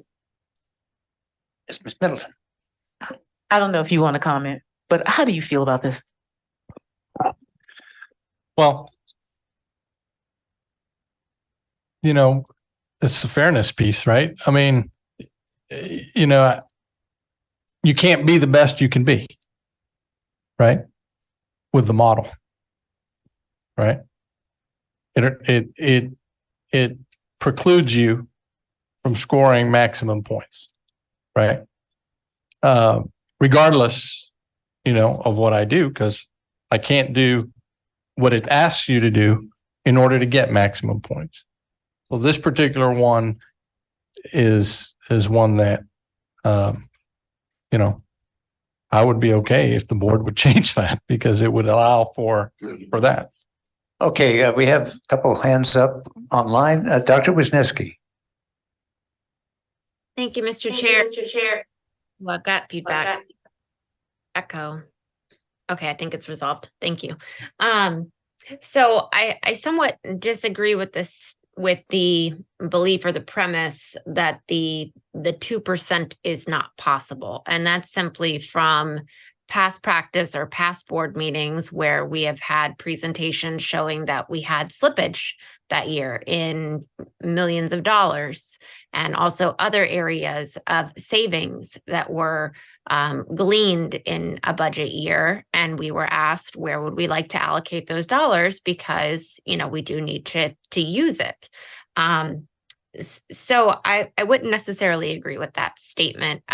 I would be more in favor with maybe changing the percentage to be in line with something that is feasible based on historical data that we have.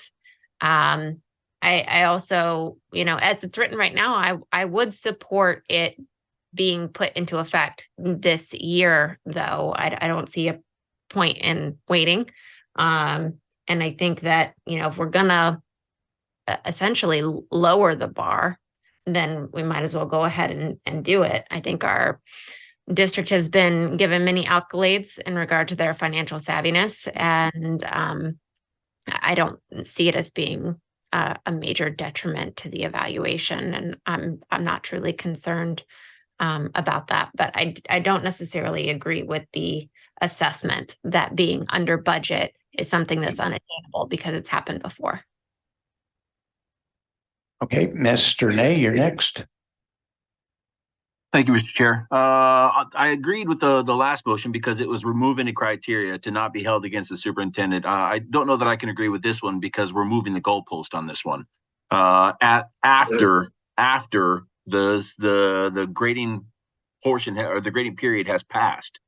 Now I understand, the superintendent obviously is in favor of this, and but I agree with some of the board members. This should have been handled a while ago, and I would fully agree with changing this for the next grading period. But for this grading period, I don't know. That's even though it's moving the goalpost closer, it's still changing the criteria after the period has already ended. So I'm conflicted over this. Thank you. Okay. Thank you. Ms. Hay, you're next. Thank you. I just want to speak on this from another point of view, being on the results committee and having discussed this time and time again. I'm pretty sure it's been every single time we've met thus far. If, and this is just a hypothetical, if I were in Dr. Rodriguez's position, or anyone else's for that matter, if I had a job where I could not attain a perfect score, I would start looking for another job year after year, being, held to a standard that I can't meet because it's out of my hands. I'm just saying it how I would look at it is I would be looking for another job. So I think we need to keep that in mind as well when making these decisions. Thank you. Thank you. Dr. Rodriguez. I think the issue with this particular item is that what you would be asking me to do in order to get the maximum points, okay, is to hold back $5.9 million and add that to the fund balance every year. That's what you would be asking me to do, right? Now, when we create a budget that says this is what we need to operate. So what we want to do is get as close to that as possible without going over, because going over is illegal. I don't think going under is illegal. Going over is illegal. But what you would be asking me to do to achieve maximum score is to put aside $5.9 million every year, not use it, leave it sitting over here, and at the end of the year, go sort out fund balance. And we've got a fund balance policy, which we're at. I think that's really the issue around this particular piece. Mr. Smith.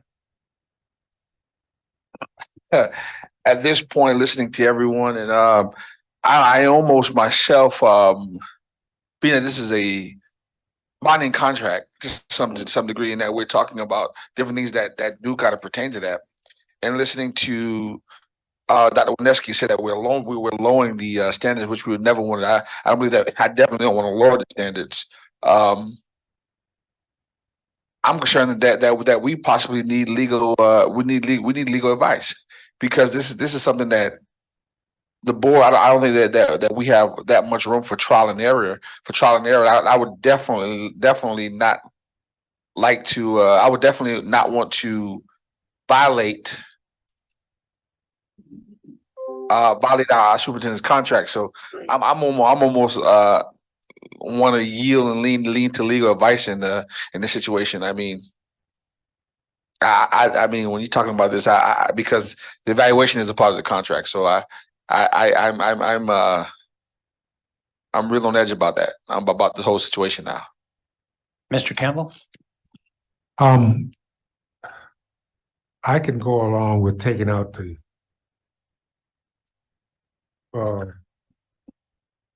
pandemic.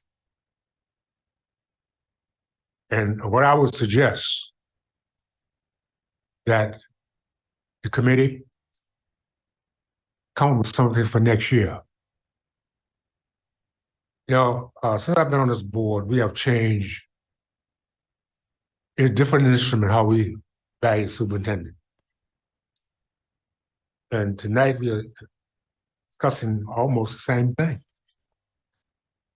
I think we should take that off and just evaluating him on the rest of the stuff and go from there. And next year come up with, starting next month, with a plan, do a better job on an instrument. Because if we don't like this instrument, then we need to get rid of it. Thank you. Okay, I think we're ready to call the question. Ms. Voting on the Cushenberry, agenda. this is on the The amendment. amendment. Ms. Cushenberry, will you call the roll, please? Amend the motion to occur for the next school year evaluation. Angela Middleton, That's we're voting on the amendment to amend the motion to occur for the next school year, the next school year's evaluation. No. Earl Campbell, And just to be clear, Ms. Cushenberry, a yes vote means that we would remove it for the current evaluation. A no vote means we would keep the current evaluation as is without changes. we would go back to the original motion. we would go back to. Yeah. I don't know if you understood the amendment. What it was. Mr. Campbell? No. Ingrid Boatright, I'm voting no, right? Yeah, that's what I was just trying to make sure. Rachel Winefsky, No. Richard Geyer, No. William Smith, Abstain. Chloe Gordon,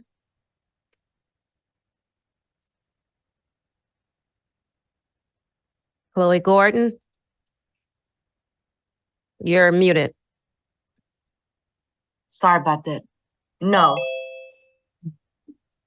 Victor Nay,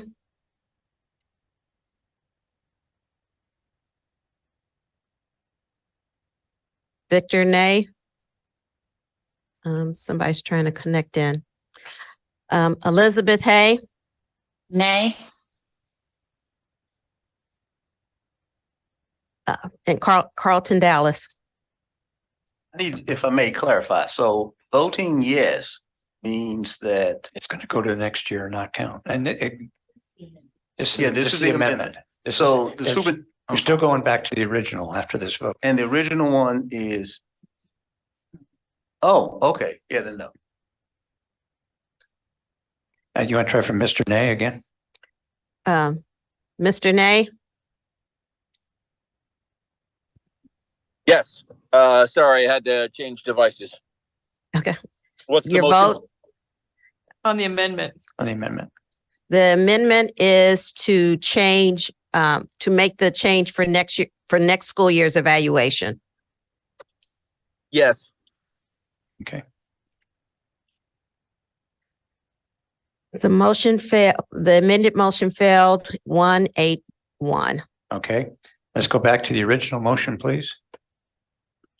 The original motion to adjust the financial domain to make the highest achievable score on budget. Angela Middleton, Yes. Earl Campbell, Ingrid Boatright, Yes.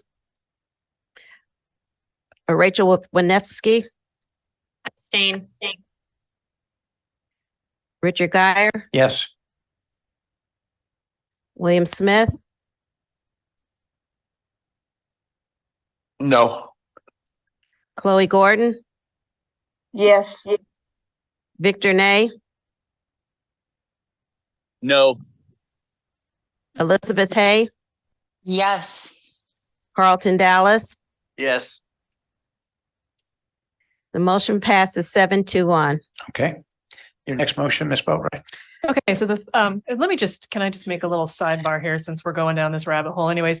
I just want to point out, I don't like the way the Michigan and Beaufort County feels like a square peg in a round hole, or a round peg in a square hole. And our OE on financial planning says this: the superintendent shall develop and maintain a multi-year financial plan that is related directly to the board's results, priorities, and operational expectation goals, and that avoids long-term fiscal jeopardy to the district. That gives us so many more places where we can talk about what's going on and make comments, as opposed to this really very cut and dry 2%, 5% on budget. Here's your score. You know, it's the difference between an essay and a multiple choice test. So that in mind, the third section that we have had a lot of conversations about, because all this data has been embargoed for so long, is the academic achievement gap. Trying to pull it up here. Section. And that comes out of our, what we might call our results policies. And it says C matrix. And the matrix is a little outdated. Yeah. It is under, so once you get through all the different domains, you get down to the measurable components of evaluation. And there's three: student achievement, and it says see attached matrix. And then it's got some very clear multiple choice questions for financial oversight and teacher recruitment and training. And that is because in the state of Michigan, the achievement of the students, the teachers are held accountable. If their students are not meeting achievement goals, that reflects on the teacher's evaluation. The principals then are held accountable for the school, for the teachers, and so on and so forth up the line until it gets to the superintendent. In South Carolina, and Ms. Gordon, I'm going to ask you to expand on this some more, that is not how we evaluate educators. So to me, this is the most glaring example of where we are using a metric that does not really fit what we're doing here in Beaufort County. And we've had a lot of conversations about this. Obviously, student achievement is one of our top goals. We don't have to put it in the handbook. Everyone knows that. What I'm asking the board to consider is to use, rather than this C attached matrix, which I'm not even 100% sure where it is, and we don't have a good baseline on these numbers, that we at least use the coherent governance grading policy for the student achievement piece, because it allows us to go into more detail and to establish a baseline for Dr. Rodriguez. That the way you do in a coherent governance is student achievement, gap closure, et cetera, are our goals. I think there are three goals: achievement, gap closure, college or career ready.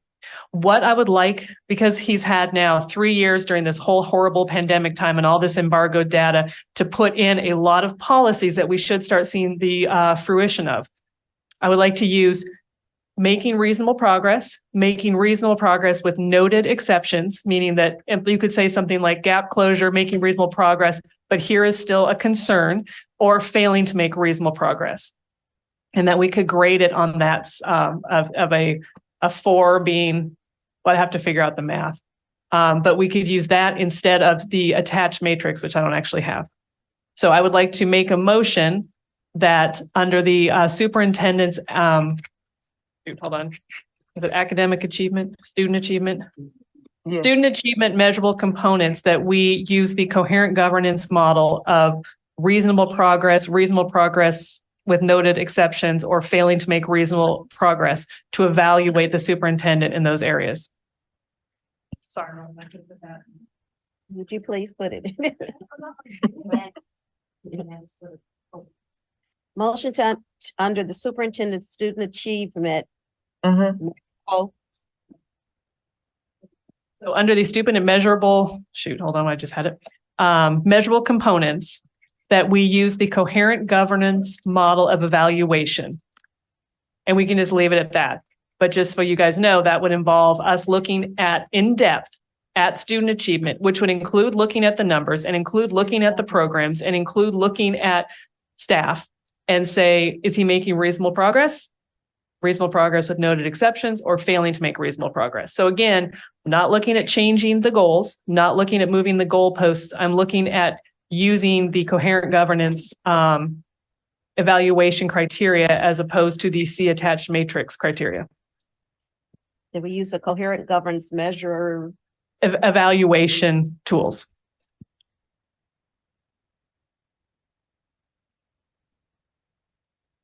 Make sure we have all the words right before we discuss this motion. Okay. Let me make sure I have it. Yeah. Motion to change under the superintendent's student achievement measurable components, that we use the coherent governance evaluation tool. Sure. Is there a second? Second, Ms. Middleton. Okay, so go ahead and say what you'd like to say anymore about that. I think I said it. I just think that this numeric, and I think it's a good analogy, this multiple point SAT style question for student achievement does not allow us to go into kind of the detail that our constituents want to hear, and does not allow us to be more wide ranging in our evaluation. And this is one of, whether we, like I said, whether we have the goals written down, every board meeting when I first started, this was what was hammered in, where student achievement is our primary goal. And I can get behind that, but I would like it to be more than, the attached matrix. Okay, Ms. Middleton, go ahead. Okay, Ms. Boatright, and we're making this change for 2022-23. The current evaluation. The current evaluation. That's what I want to clarify. Thank you. Yes, ma'am. Questions, comments? Mr. Dallas and then. Yeah, this one goes back to the fact that his year of performance has ended.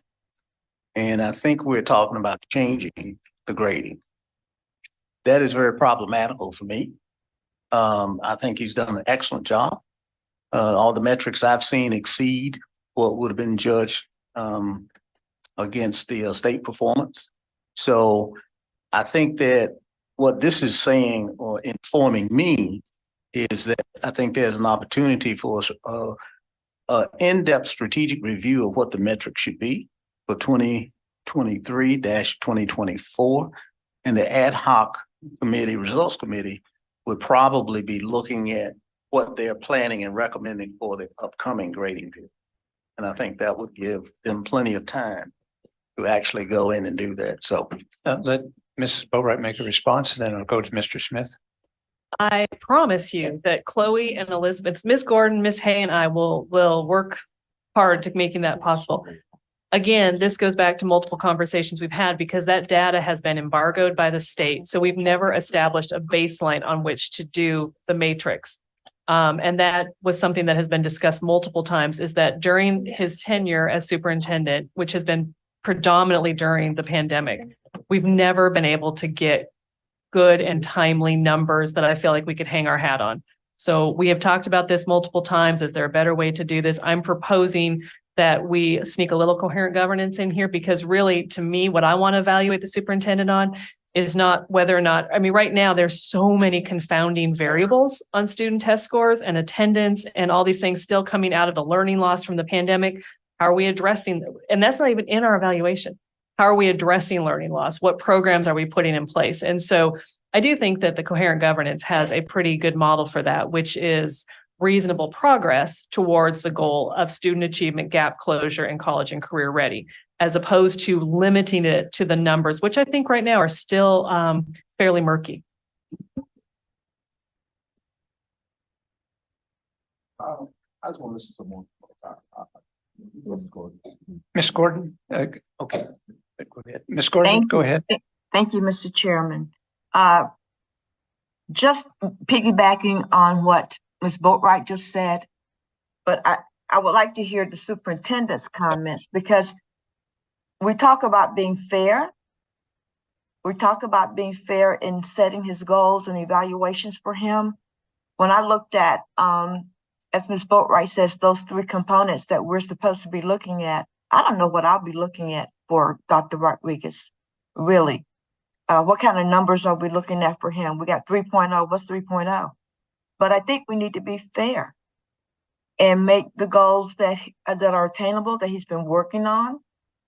But there's information we don't even have on him right now in order to have those measurable components that's fair to the superintendent to achieve. Because right now, I can't tell you what I would be looking at if I was looking at that right now. So that's why I'm very excited about making components that are measurable and that he understands, because we owe that to the superintendent. And then he owes it to us to give us that information on student achievement that we can understand, and the parents can understand, and the principals can understand what he wants them to do.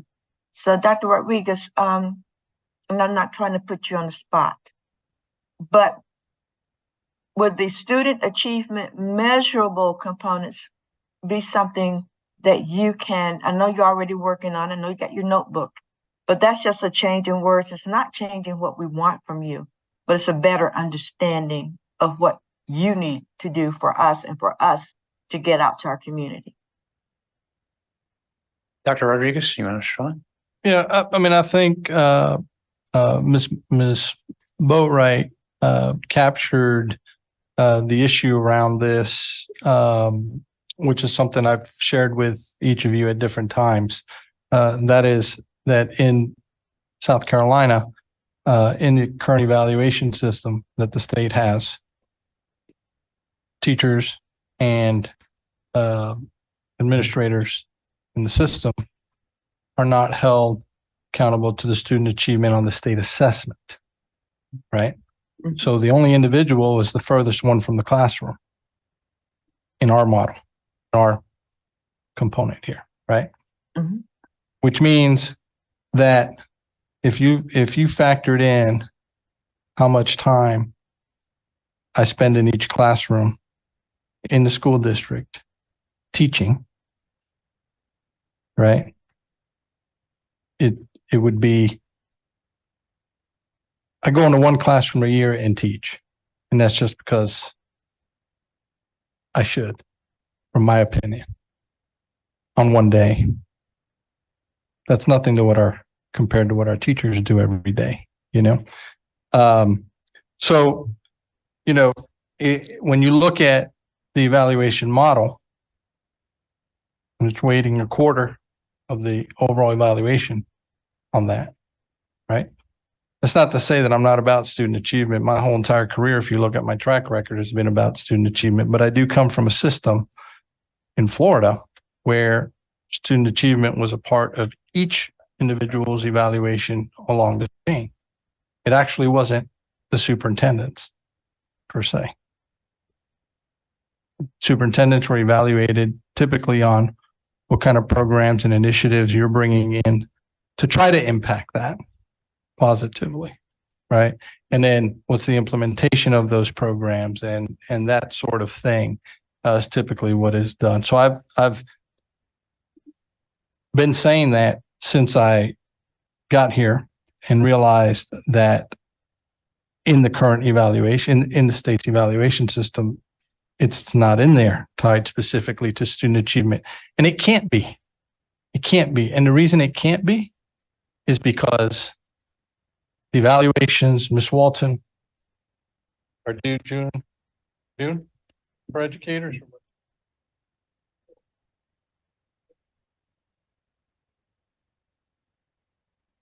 Are due for teachers in May. Students are just starting the test. They haven't taken the test. For teachers, for administrators, it's due in June. The results aren't back, right? And they're embargoed. My evaluation happens to be in October. So that's typically when you get it. In fact, this evening, you're going to see some results that were released today and projections, right? Not projections, some results, raw data that was released today.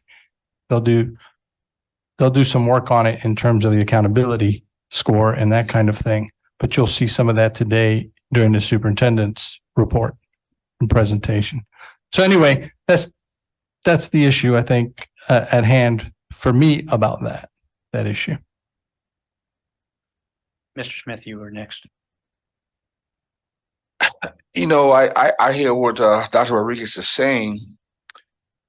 But in all fairness, we still do evaluations on teachers and principals.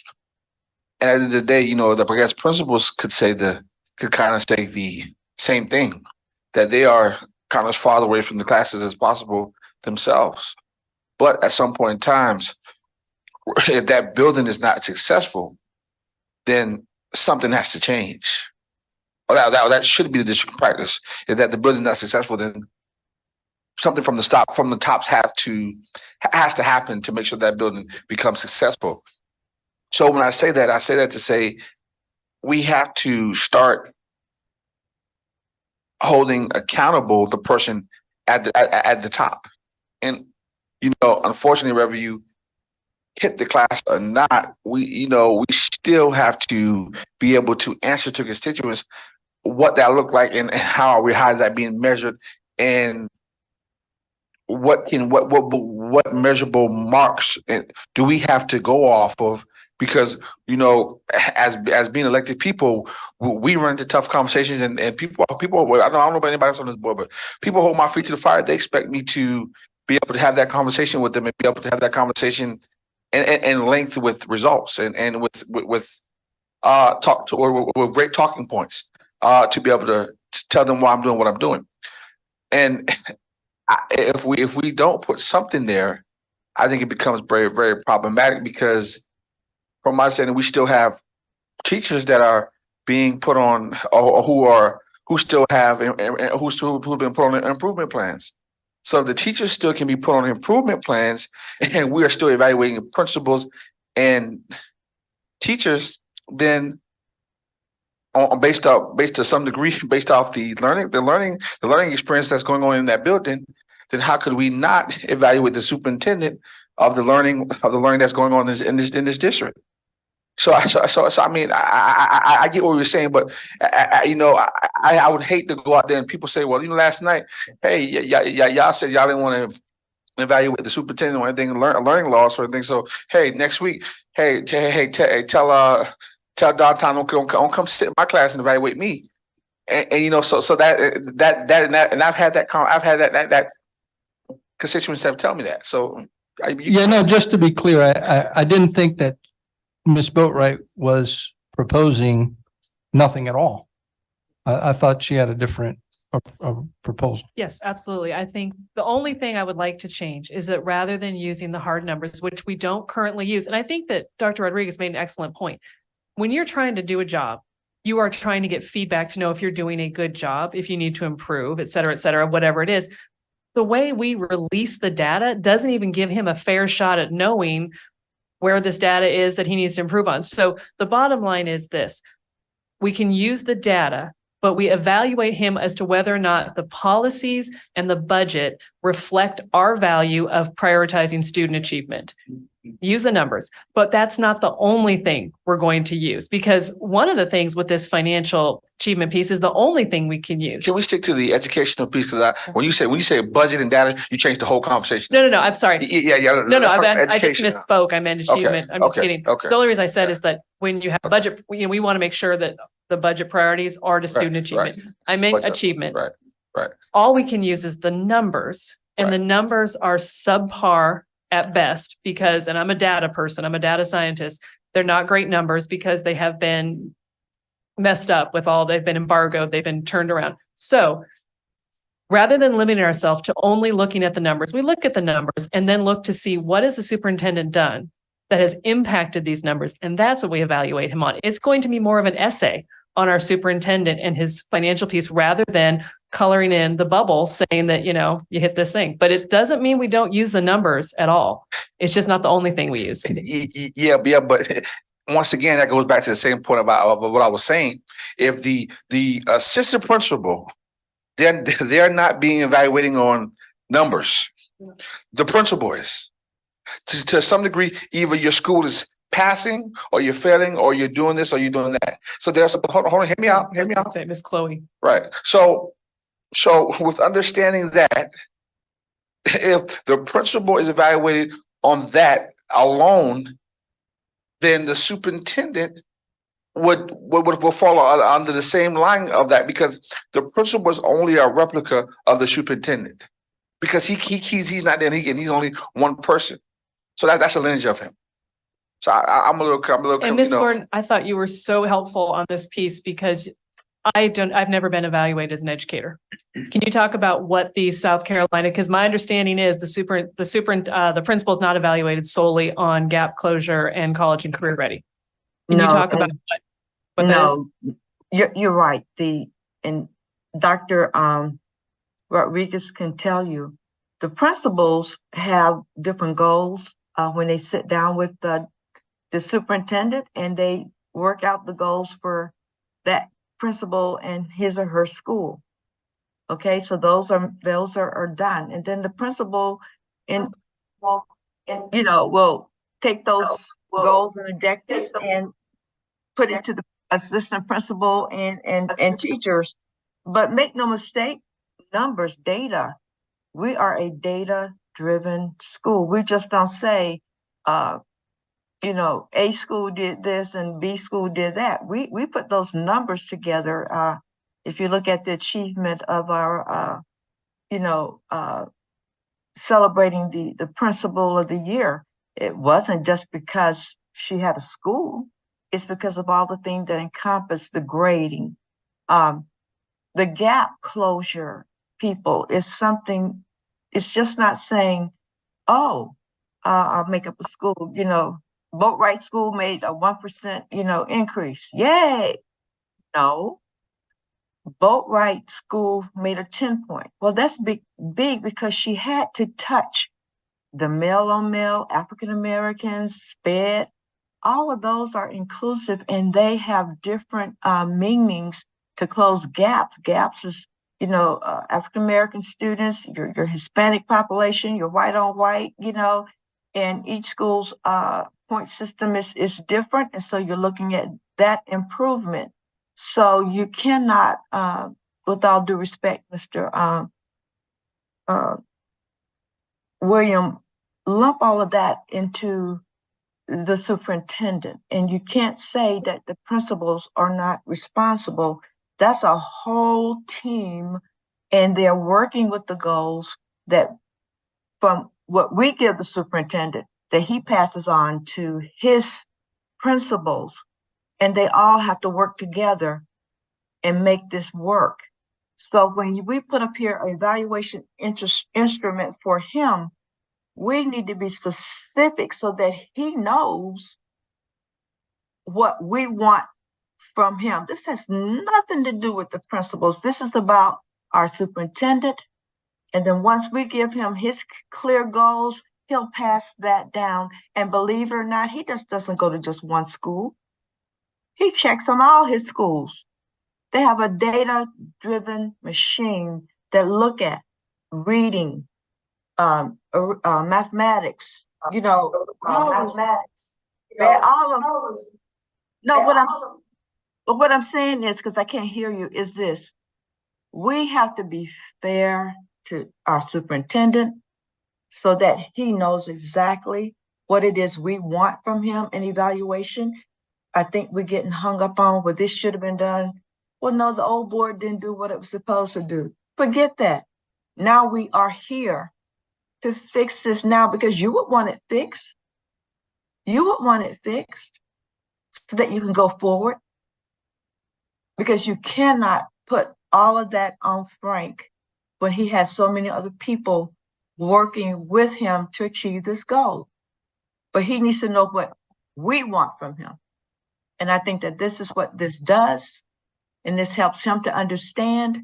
And I don't want to saddle any superintendent with a goal that he or she cannot meet. I would never vote on a goal that said he had to close the achievement gap. I'd be more specific. I want to see 10 points, 15 points, or whatever. But we have to do that to this superintendent and fix what didn't get done. Forget it didn't get done. We're looking at it now, people. It's a word change. We're not adding any more on his plate. He already knows this, but then we're going to put it off another year and another year. Let's be fair to Frank. That's all I'm saying. Stand by. Everybody's had a chance to talk about this issue. I'm now calling the question. And when your name is called, if you wish to say something before your vote, Point of order. you can do that. I don't want you to call it, because I think that this is one of the functions of the board. And if we don't get to anything else, this is one of the most important things while we're a board member. I went to 2 funerals this weekend. One funeral this weekend, and talked to several families who have kids. So educating our kids are very important. This is a component of it. And this is one of our duties, to educate our employees. So I think it's very important that if we want to talk this around, I think that you should allow us to have this conversation. So, some of us may have said it, may have talked one time, and I need to get more clarity on it, and also understand what Mrs. Gordon is stating, because I understand some of it different. So this is a learning time as well, as educating for the board members, and this is our job function. so you're appealing the ruling from the chair. Are you appealing the ruling? That's the appropriate. Yeah. I want to appeal. I'm the appealing ruling, but I'm also I'm appealing the ruling. My ruling has been appealed. He needs a second. You need a second? You have a second for that appeal? Hearing none. Okay. I'm calling the question. I said what I need to say anyway. Call the roll, Ms. Cushenberry, please. Okay, let me go over. Angela Middleton, Yes. Earl Campbell, Ingrid Boatwright, Yes. Rachel Wineski, Yes. Richard Geyer, Yes. William Smith,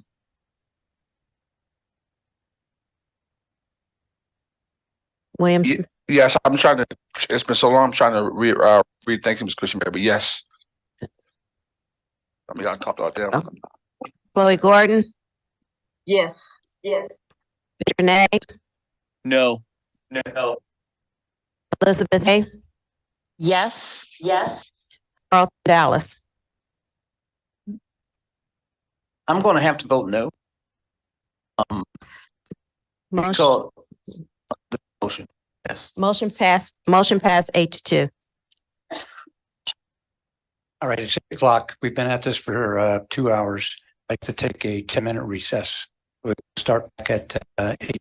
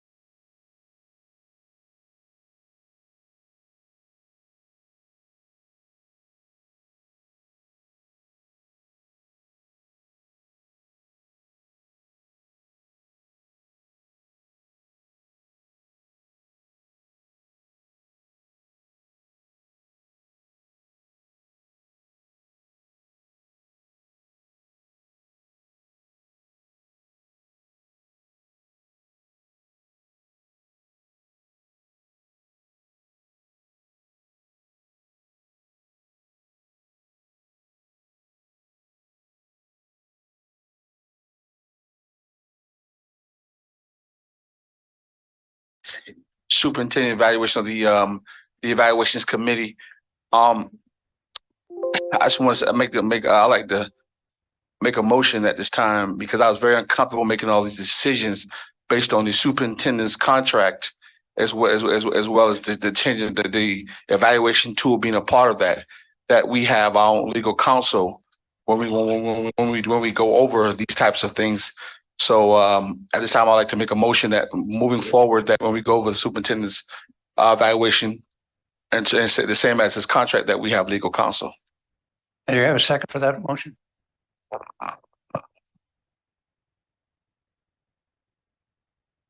Don't hear a second. All right. Going over to finance. Finance committee reports at the last finance committee, which was held August 10th. We received the monthly Board of Education budget. And of course, the fiscal year just started, so there wasn't anything expended in that budget.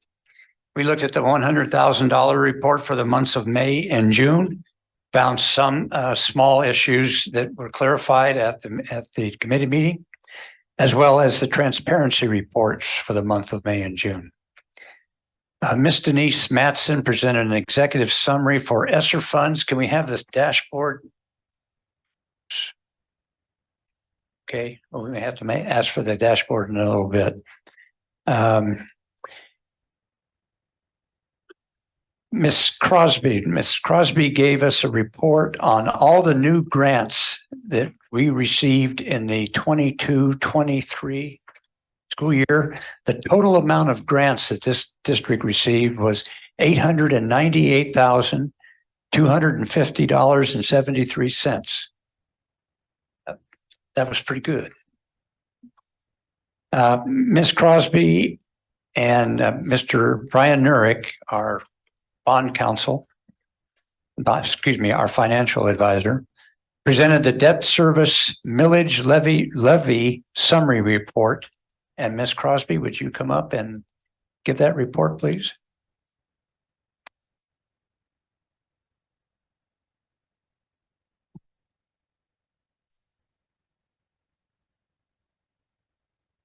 She's finished with Good evening. The report you see before you was prepared by Brian Nurick's office, our municipal advisor or financial advisor. It just documents, justifies the amount of millage. Basically, the goal of this report is to justify the 36.3 mils that is required of our debt service fund. And so those are on the school debt millage that is on our tax bills. And what comes in the form of revenue is tax revenue into the debt service fund. What goes out is principal and interest payments on all of our outstanding bonds. And so this is an 18-month listing of what those bonds will be. We do have to ensure that we are able to cover both the spring, the fall and the spring, and then the next fall as well, because tax revenue doesn't come in until December and January of the following year. So we do have a low fund balance at December 31st. That is the lowest point. And the goal of our low point is about $5 million. And so with that is the information that you see before you today. And this report has been emailed along with the millage rollback information and the county ordinance over to the county auditor's office as of Tuesday of last week. This to justify and verify the amount needed for our millage on the tax bills that will be going out in the next couple of months. So if you have any questions, I'll be happy to answer. Questions? Hearing none, I'd like to, if you would please respond about, and you and Mrs. Walton, about the pay issues right now because of the way that the 2-week pay goes, so that Yes. board members know about that. Okay, so about every 11 years, an occurrence happens, an issue occurs on our pay cycles because we pay on a contract basis.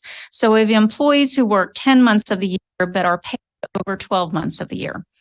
So what happens is the calendar, as we pay a biweekly payroll, the calendar changes each year by adding a day.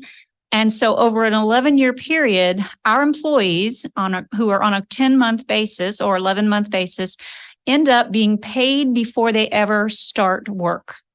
And so that actually did occur this year. Before the first day our teachers returned, they were paid on Friday. And so that presents a problem, obviously. And so, and often if folks work for a few months and then leave mid-year, we may have overpaid them as well. So that is an issue with the 26 pay cycle. It is a very common occurrence in the education world, especially for those who pay 26 paychecks. So historically what we've done is for each one time every 11 years, we extend their annual salary over 27 paychecks. So that adds an extra paycheck to the end of the cycle. And so next year that will not occur. They'll actually work 2 weeks and then be paid for after the first 10 days. And so this year we followed along with what has historically been done, and that change was made. And those, all of the employees have begun to receive their checks in this cycle. They were notified by Ms. Walton's office. We jointly wrote this letter together and displayed the effects that it would have on the average teacher and the average classified employee, and including the pay raises that we were able to provide, both with the, I think it was a $3,000 pay increase for teachers, and then plus a step increase. And then for classified, I believe there was a between the salary study and the 2% COLA or 3%, I can't recall, and can't see it up on the screen there. But with the increases that we had, employees still received an increase. So there was no reductions in pay as a result of that. So with that, I'll be happy to take any comments or questions. All the employees were informed individually about this, so it's not a surprise, but I needed the board to realize that was going on. Next slide, could you bring up the ESSER dashboard, please? Yeah.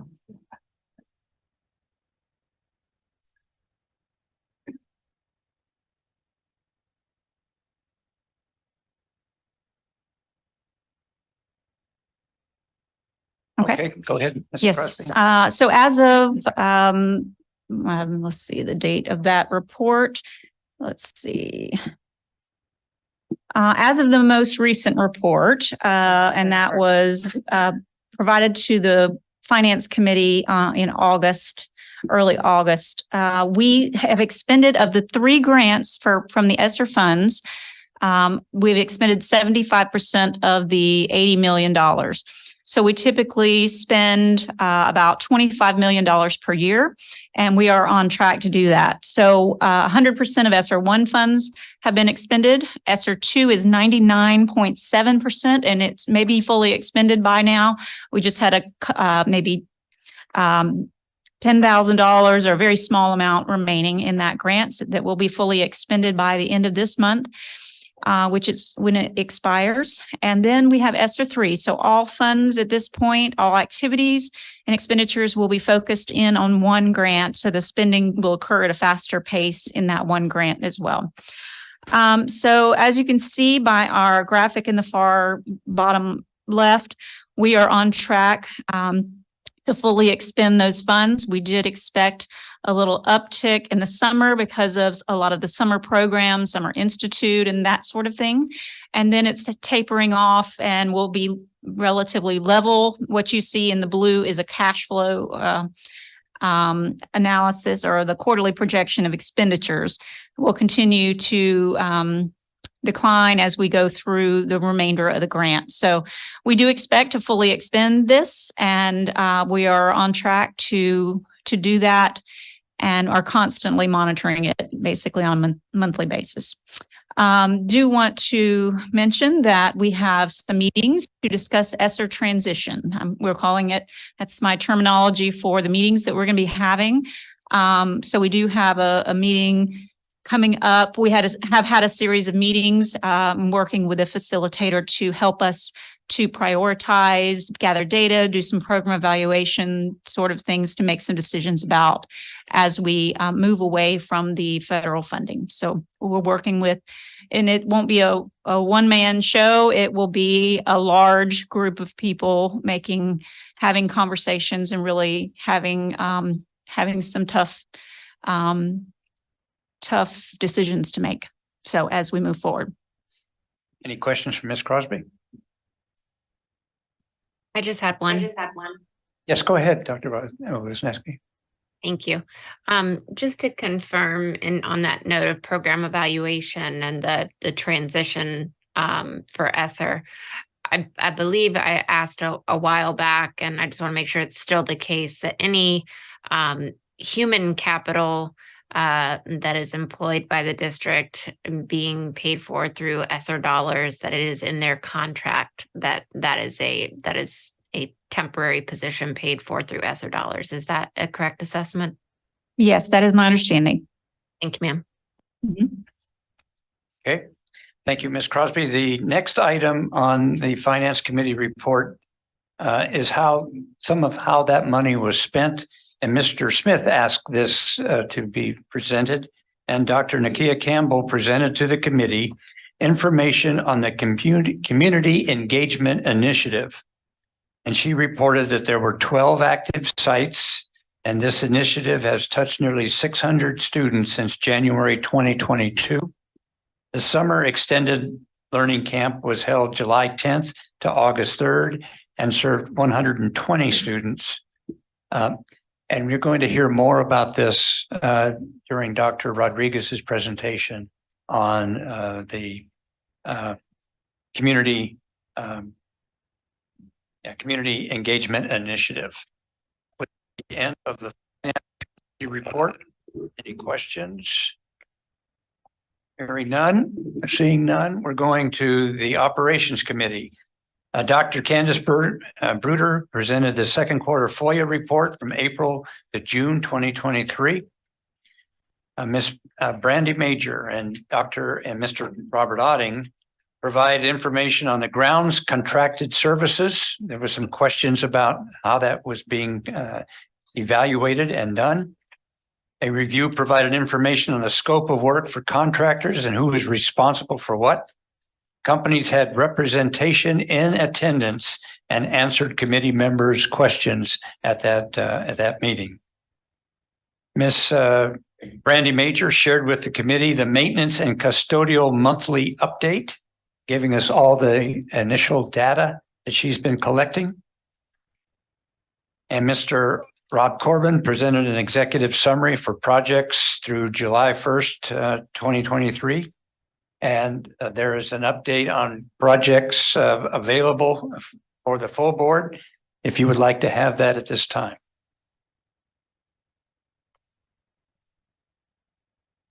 Anybody? You have a question? Go ahead. Now is the time for projects. Pardon me? What was your questions about?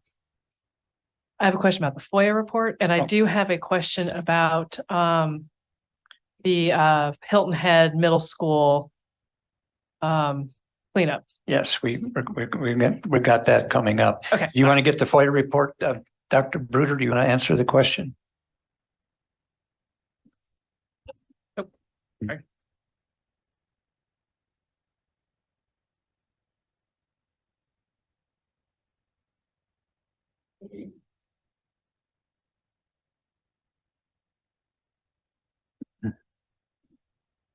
Hello. There was a FOIA request for something called the Gender Support Plan, and that was sent. What is the Gender Support Plan? That was for a FOIA request that was an email search for the terms gender support plan. Gotcha. So we don't actually have a gender support plan. Yes, that is correct. What you're saying is correct. Thank you. And you had a question about the project list? No, the middle school vandalism. Oh, okay. Yeah, we'll get to that. Mr. Otting and Ms. Carol Crutchfield presented the FY 2025 8% project list. The committee recommended that this list be presented to the full board and will be presented at the next board meeting. But it is available. The list is available on board docs. I encourage all board members to go through that list. And so when we discuss it at the next board meeting, you have some questions and comments about that list. Ms. Boatwright? Didn't we vote on this already? I mean, obviously we Not didn't. yet. No. It seems awfully late in the year that we're voting on this compared to previous years. Well, it doesn't affect till 2025. I know. Okay. Yeah. So we got plenty of time. But you're right. We are a little behind. Yes, we normally have it done by then. Okay, Mr. Otting provided information on the vandalism that took place at Hilton Head Island Middle School. And Mr. Otting, if you want to brief the full board, please.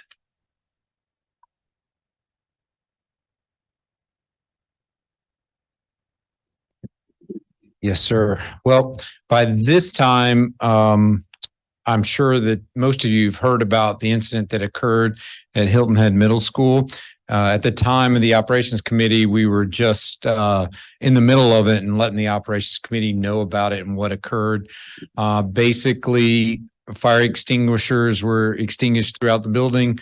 The HVAC systems carried the material throughout the building, and that required a massive cleanup. It was basically described to me as a fire without a fire. So there were no flames, but it had to be treated as a fire just because of everything that fire extinguisher materials are, what's expelled in those materials. Providing a lot of detail, and I just want to remind everybody, this is an ongoing law enforcement investigation. So I don't really believe we should get into that level of detail at this juncture. Well, to be honest, that was kind of my question, why it was coming before operations and it wasn't coming to the board. I just didn't understand what the whole. Well, it was basically, since the cost of it was, in the end, it was $1.25 million. We wanted to make sure the board was aware that was going on and what had happened. And I'm assuming that you'll brief us when we know more, because and maybe we have an executive session for some of this. But my question was, if the point was to brief the board, why does it go to committee? Why would it just come to the board? Timing. You didn't have a board meeting. It's closest to when it happened was the operations committee. So we let the operations committee know about it. Okay. Because you actually haven't had you had the work session, but you haven't had a board meeting since then. It wasn't on the agenda for the work session, so. No, and my thing is this happened, and I don't think it was your committee, or your committee. But I think if something goes to the board for information purposes, we got to make sure it comes to the full board, because it's not on this agenda either. Which was probably just an oversight, but I just want to make sure that we're not informing committees and not the board. So that was it. Well, the intent was to noted. Inform both. Great. I just want to make sure we all get informed. Gotcha. Because I didn't know what you guys, yeah. Okay. All right. The last item on the operations committee is the committee went into executive session to discuss transportation routes. The board has to approve the routes, and that's going to be placed under board business action at this meeting. The next operations committee is scheduled for September 25th at 5 p.m. That concludes the operations committee report. I have a question. Go ahead, Mr. Smith. Just to also clarify and also bring up something that you said, I didn't mention it because I was pondering. You said in the community engagement and the community engagement piece that Dr. Rodriguez is going to bring that up to the board in terms of the cost analysis and everything on that as well. That's correct. Okay, and I left that alone. Also, that was initiated by Mrs. Boatwright, I believe, and so I just kept it in the air so that when we get to it, that the clarity would be there. You said that I brought it up, but yeah, actually, I was just bringing up something that Mrs. Ingrid Boatwright brought up for clarity. Okay. Thank you. All right. Next item on the agenda is the IST presentation. 25th of September at 5 o'clock. We have ATS. Which, I'm sorry, who? He's asking for HES personnel to attend the operations Oh, committee. okay, sure.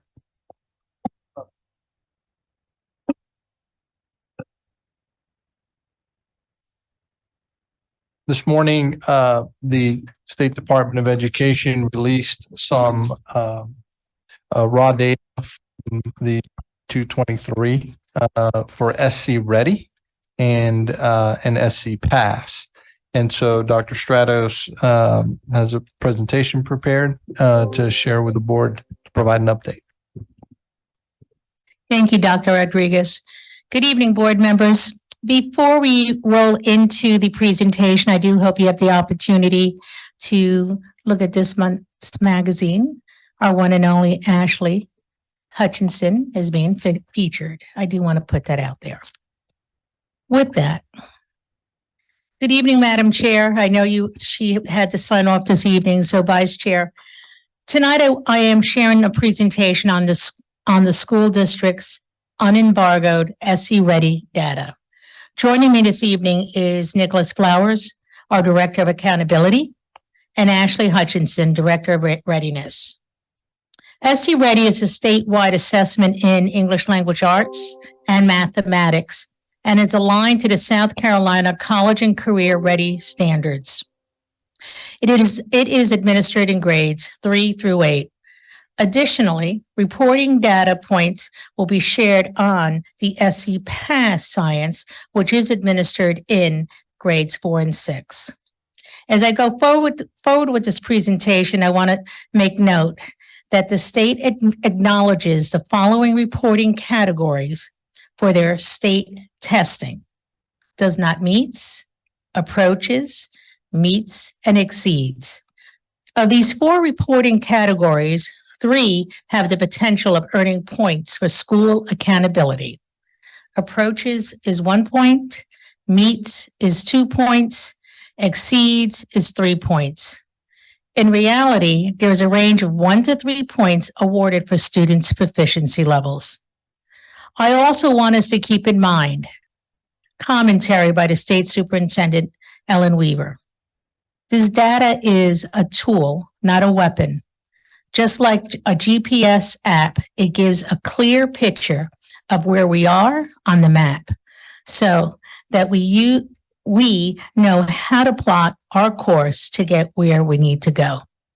With that, Mrs. Cushenberry, I'm going to ask kindly, is there any way of making that map for me a little larger?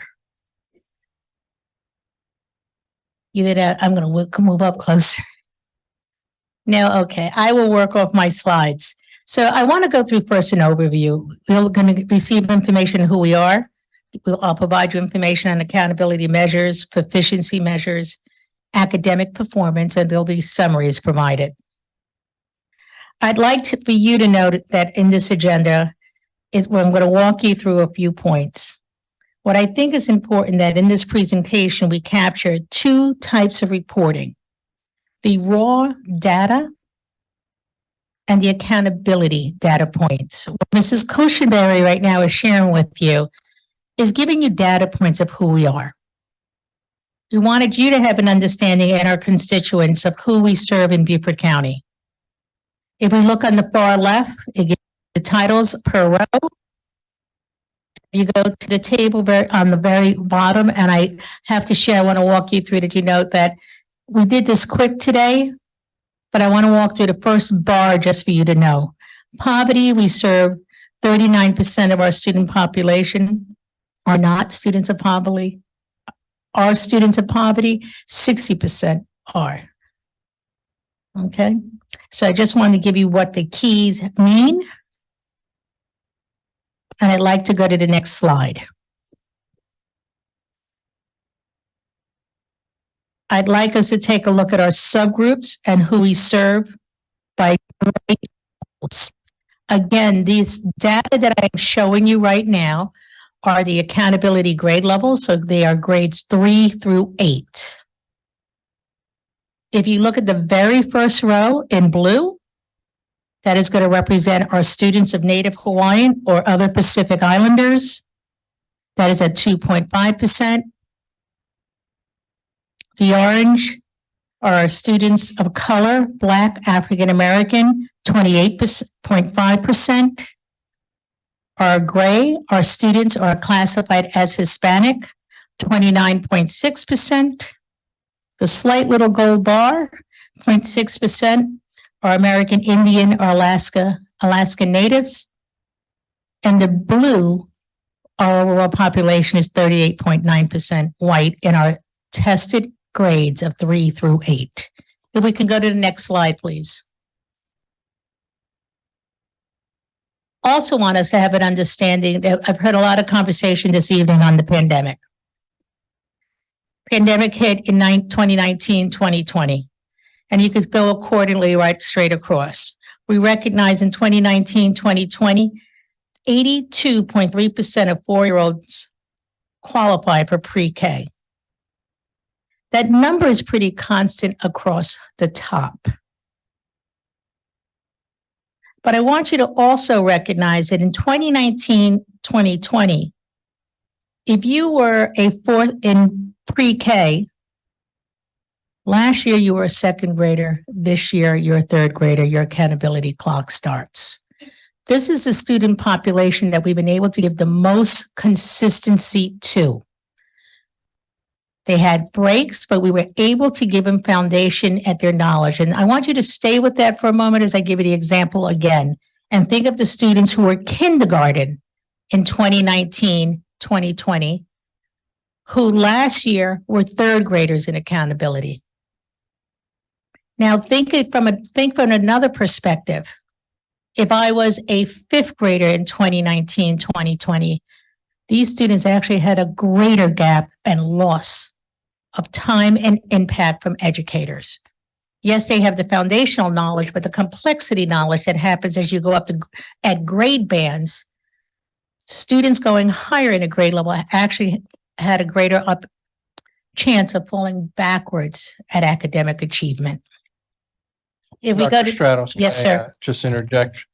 As you're looking at that slide and you see, for example, 21, 22, 83.9% of 4-year-olds qualified for pre-kindergarten. What that tells you is that 83.9% of 4-year-olds were below the 50th percentile developmentally, or had enough No risk risk factors. Okay. Yes. That number on the top, that percent on the top, if you take the 2021-22 school year, okay, you see the 83.9%. That means that 4-year-olds that year, 83.9% were below the 50th percentile.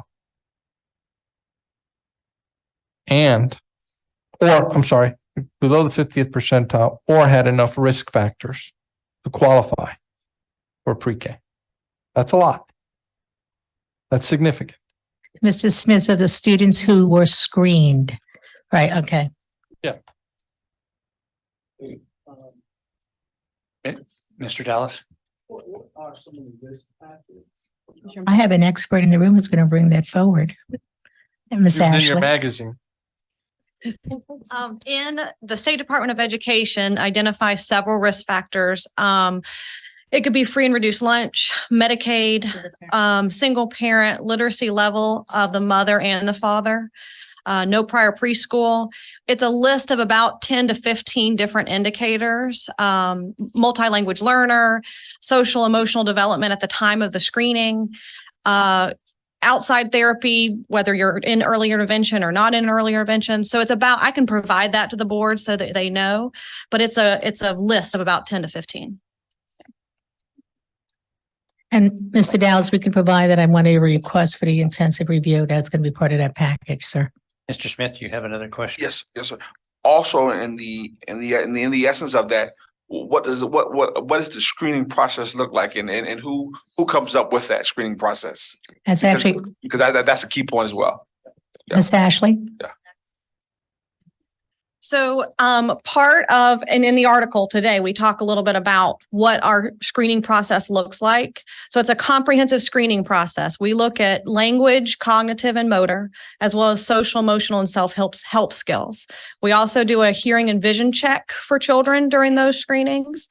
One of the leading causes of preschool developmental delay in preschoolers would be hearing and vision. So we do that comprehensive evaluation.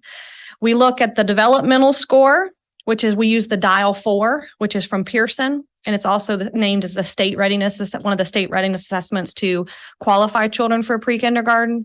And then we use the list of risk factors provided by the State Department of Ed. So basically the instrument is made up by the district and not the state. No, it's a Pearson, made by Pearson. It's the DIAL-4, the 4th edition. I can't know the developmental of indicators of young learners. It's an acronym, but it is used across the state and nationwide as a readiness indicator. Okay, thank you. Can I ask a question? Mr. Campbell, go ahead. Why do they keep using single parent? That's, that's not the reason why a lot of students don't learn. There's other factors. I understand what you're saying. There are a lot of different risk factors. Single parent is also, we look at single income, a level of the parents. But single is something that the State Department still names as a risk factor.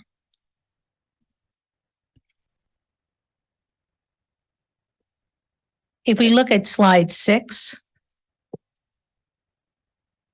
Ms. Ashley, don't go too far. We're at kindergarten. I'd like to take that opportunity to share the amount of students looking at 2019 through 2023. And building on kindergarten, this is where students or children are taking sounds and making letters, making words, making sentences. From pre-K, those fine motor skills to actually doing more movement. As a reminder, kindergarten is not compulsory in South Carolina. It means it's not required in South Carolina. Many other states it is, but not in South Carolina. In other words, you can enroll directly at first grade should you meet the age requirement. And again, sharing with you the percentages in our students at kindergarten and their readiness for kindergarten. I think that's important to note as well. Thank you, Mrs. Cushenberry. Next slide. So this is where we start with the raw data. This is every student who has sat for the SC Ready grades 3 through 8 in English language arts, mathematics, and science.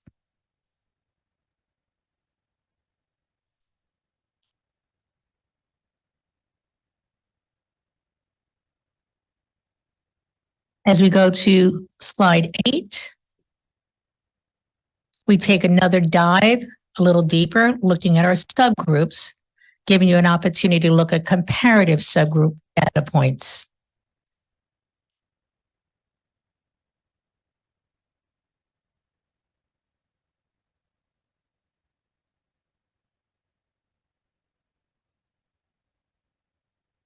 And I recognize this is your first opportunity of seeing this. That's why I'm pausing to give you time to review. Alice. Stratus, thank you for being so patient and allowing us to look through. There are some pretty precipitous drops in some of this data. Yes, sir. What is the research or the study sort of pointing us to as factors? There's actually a few. I'll start with one from a New York Times article this morning, one maybe attendance. And they actually had a full study that was rolled out earlier this morning. When that article came out in the study, I figured, well, nationally, this must be an embargo day. Also, if you look at gifted and talented, the research shows what higher intellectual students, if we're not tapping you to where you need to be or having you placed in the right place, I'm going to be bored with the test, or I'm going to start overthinking the tests. So that was one of the items we started researching earlier today as to why, when we look at the math for our gifted and talented population, But I do want to share that we've had growth on the data points as well. The one content area that we did not have strength, I'll be very direct, is in science. In review at analyzing science on master schedules, I will say that it's an area that we have to put greater emphasis on. The availability of deepening time for teaching science. The state lends that it should be a minimum of 15 minutes of science per day at elementary. So as we're having outstanding growth at literacy, we recognize that we knew that nationally there was going to be a slide at math.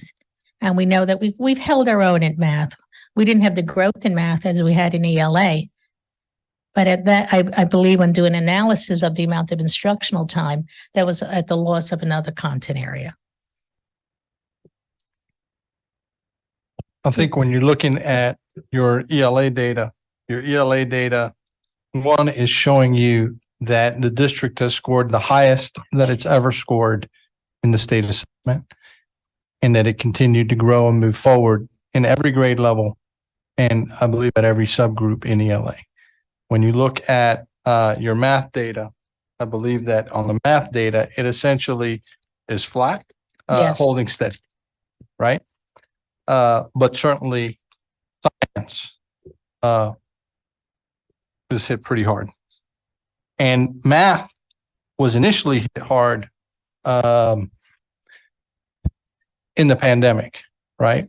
And if you look at what the state superintendent put out with respect to results, the message was, we're doing great work in the area of literacy, and we're moving forward in the area of literacy. And we've got some initiatives and some programs like letters training that the state is putting out to support that continued progress.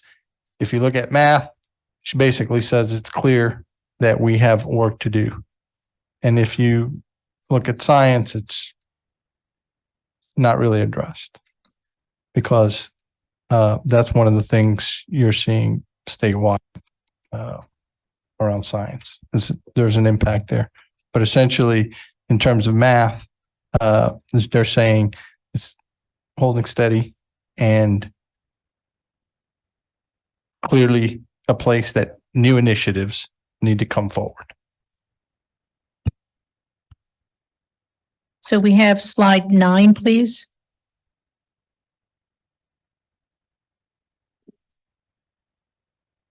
So I've shared with you basically the raw data, a data file, a breakdown of the information. What we'd like to share is the opportunity of looking at shifting to accountability measures. SE Ready results based on accountability metrics. This includes all students who were continuously enrolled from the 45-day to the 160th day with no break enrollment, which means that they were there for the first day of testing. I think that's important to know. The accountability data also removes ML students who have been in the country for 2 years or less, if they're measuring not proficient at English. If we go to next slide, please. And this just gives you a quick view of how the point system of connecting our proficiency measures. Because many times we don't take to note that approaches, even on the state, when you read their information in detail, approaches does give accountability points. Meets gets 2 and exceeds obviously gives 3. It's a 1, 2, 3 model. Or if you think of it like the traffic light, if it does not meet, we're on MTSS. We need to have additional services for Mary. On yellow as approaches, I need some additional instructional support. Green, I'm doing good, but I'm not green enough. I want to be at exceeds. So looking at our accountability students, if we go to slide 11.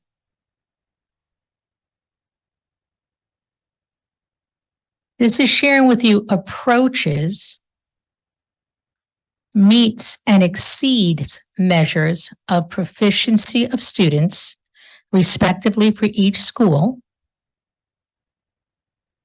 Blue is the proficiency percentage. Orange will be does not meets. These are the elementary schools at this slide.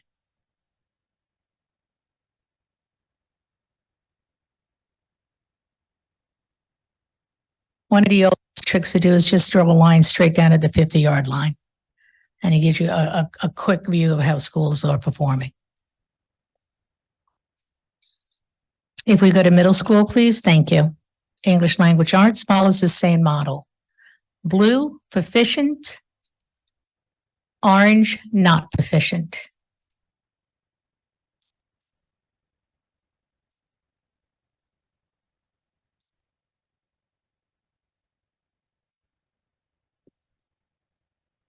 As you go, thank you. So here's some summary points on English language arts. As Dr. Rodriguez shared, this is the highest district performance ever. 88% of the schools showing literacy increase in meets and exceeds. 21 schools are showing increase of at least statistically of 3% or more, which is a statistical significance. 6 schools are showing double-digit increases at meets and exceeds. District increase at all grade levels. District increased at all subgroups. 76% of the schools decreased in does not meet expectations.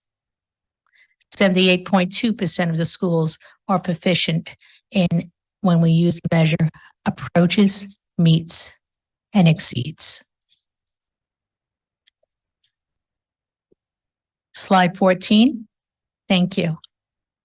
Again, this follows the same model. Blue is proficient. Orange is area of growth or delta.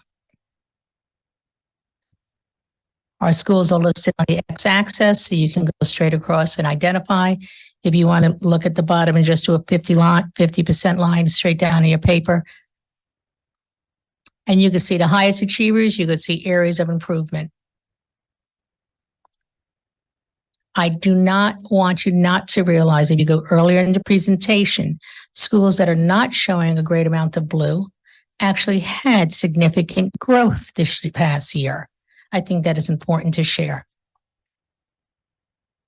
And I am going to share at this point, when we conducted a quick analysis of our schools involved with extended learning, they had growth.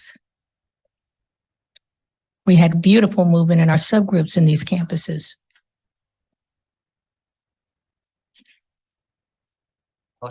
Dr. Stratus, this is very interesting information. Is there any overlay about socioeconomic levels of income that could help, reaffirm what you're saying? I'm going to build on a commentary by Mr. Campbell. Okay. I'm not as strong, and I know we use it as a state indicator, and it actually may be for the advantage of children by using SES and using single household. But let's not leave out the grit and fortitude and belief that you have in your children that could outweigh any barrier. I have to say that as well. A child has hope, and I believe in you, and I validate you. That takes away everything, and I have to say that. So we haven't gone into that analysis to that level, but earlier in the presentation, we do share the distribution of representation, and we do have more information here by subgroup. If I could just support what you're saying. Growing up in Eastern North Carolina, there was significant poverty. My dad 5th, mom 11th. And what we saw was that in families where education was stressed, no excuse was accepted at home, kids perform regardless of the income of the parents. So that's a couple of generations ago, but it's pretty instructive in how I view life. Yes, sir. It goes to that perseverance and grit, outperforms anything that is beneficial. So middle school, again, slide 15.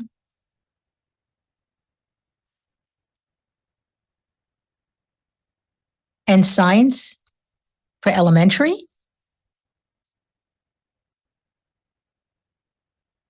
And science for the middle school is on slide 17.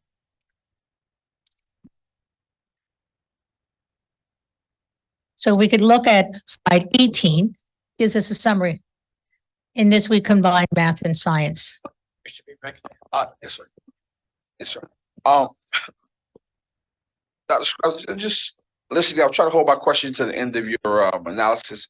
But do we have last year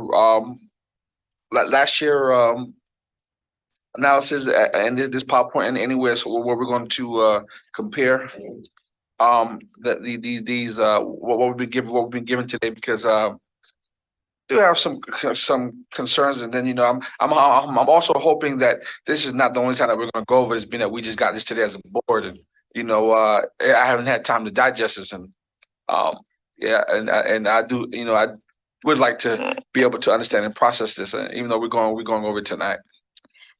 I recognize that these data points we received, we've worked on the file, we've gone through this, not maybe to the depth that we would like to comparative to look at longitudinal data. That opportunity we can bring to the board, Mr. Smith. I did not bring comparative for the past 5 years data point to the table at this time. Okay. I can have that prepared. Yeah, because that just also gives some validity and some understanding, is come to the point where Mr. Dallas Mr. Campbell is also they're both so kind of elegantly brought two different sides to the to this information that you brought tonight. So that also helps us just to process it, if you would, a little bit. So if we go to the earlier part of the presentation, and I don't want to misspeak.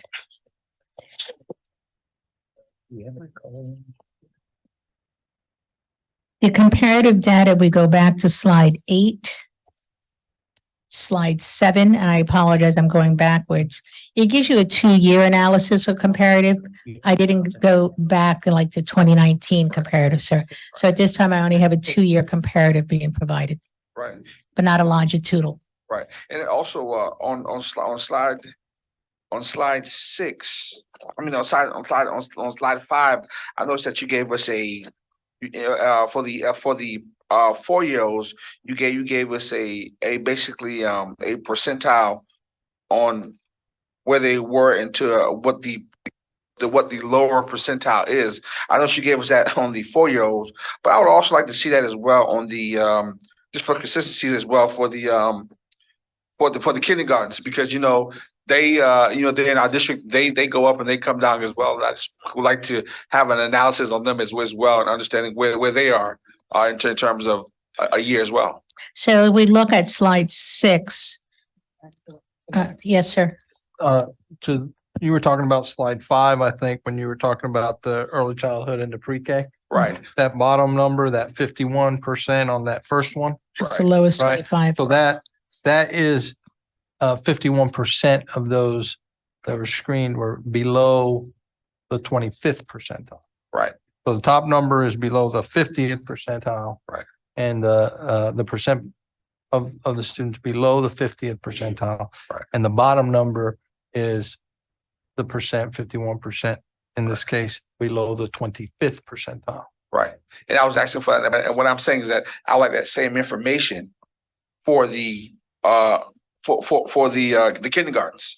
Because what that does, that begin to give teeth, and that brings a track record to show us how we're growing and where they came from, and then who's learning and what's effective and what's not, because you begin also to begin to the programs that the district offer at that time as well. Yeah. Therefore, that just gives us more measurable teeth in terms of what we offer as a district. I think, yes, I got you. I think one of the things you can look at, and this one of the reasons we included this in this presentation on the front end, is because you can look at and say, basically they're like 82%. If we just call it 82%, right, of those pre-K that you see there, right? Because there's 0.3, 0.1, but let's just call it 82% for discussion purposes. Okay. Are below the 50th percentile, right? And you look at that, 51% is below the 25th percentile.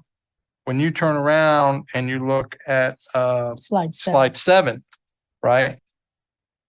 slide 7 shows you that in language arts, there's a significant amount of progress that has been made to get kids up to, you're talking 2 different assessments. Okay, so that needs to be noted, but there's a significant amount of progress made to get that many kids up to a meets and exceeds. Right, and I hear you, but once again, just going back to my core point, I would like to see what they learned within this year. In that 1 year. Within that 1 year, because that tells us as a district a lot, not just kids coming in learning versus knowing 100 words to 300 or 400 words versus the kids being able to read and add and subtract at that age. Sure. You know, so that tells us too as a district where we are effective at and how we're thriving in those different areas. Sure. Dr. Rodriguez, may I share a point? Yeah. So, Absolutely. Mr. Smith, and I understand where you're driving. So we look at slide 6, the first box, 2019, 2020. That student back then was a kindergartner. Right. I go to page 7 and I look at grade 3. 50.6% of those kindergartners were at meets or exceeds. Right. The question that lies in between that is the utilization of other assessments. KRA is a kindergarten readiness assessment. We don't have standardized testing for first and second grade. So I don't know if it's going to be fair enough to say, now let me use this other tool in between and this other tool in between as markers. We use diagnostic data to share with you, each of you board members, to give you a roadmap as we're growing through the academic school year. But I think what Dr. Rodriguez is trying to show is if in 2019 and 2020, if only a third of our kids were ready for kindergarten, by the time that you were in 3rd grade, we got you at meets or exceeds. That's significant. Right. And that's super kudos to the educators. Right. That is, and I know Doc's much better with the numbers than I am. That's you said it better than I did. Right. Yes, nicely done. And I don't negate the fact of what you're saying. Yeah. But what I am saying is that I know at the beginning of every school year, we give a beginning of the school year test, and then we give an end of the school year test. So with that being said, then that information can be it can be drilled out there, because also that's also a common area of practice where we can see how our kids are learning and their pattern of some of their learning styles as well, and how quick they're picking up from what. So therefore, and also that also gives us more ammo to show parents this is why it's important to be in school. Right? Because you as a parent telling me just from this right here, yes, some parents may say, well, my kid, but also now it's a different movement when we understand we're able to digest and have that conversation. Just based off what you tell me, then okay, some parents may think as long as my child is ready by 3rd grade, you know, it is what it is. You know, I just want to make sure when that 3rd grade test comes that my child is ready. Now you spoke about something that is critically important. You said that's why it's so important to be in school, right? Attendance is incredibly important. Incredibly important. You hit the nail on the head with that. So important. Dr. Stroud. Thank you, sir. And just to note, our strategic plan closing for the year is to be that we are at 82% approaches, meets, and exceeds for ELA. Collectively, right now, we're at 78.2 from last year's measure. I want to make that note. So we're that close to meeting our 5-year goal. So that was just a commentary to share. So we can go to slide 18, please.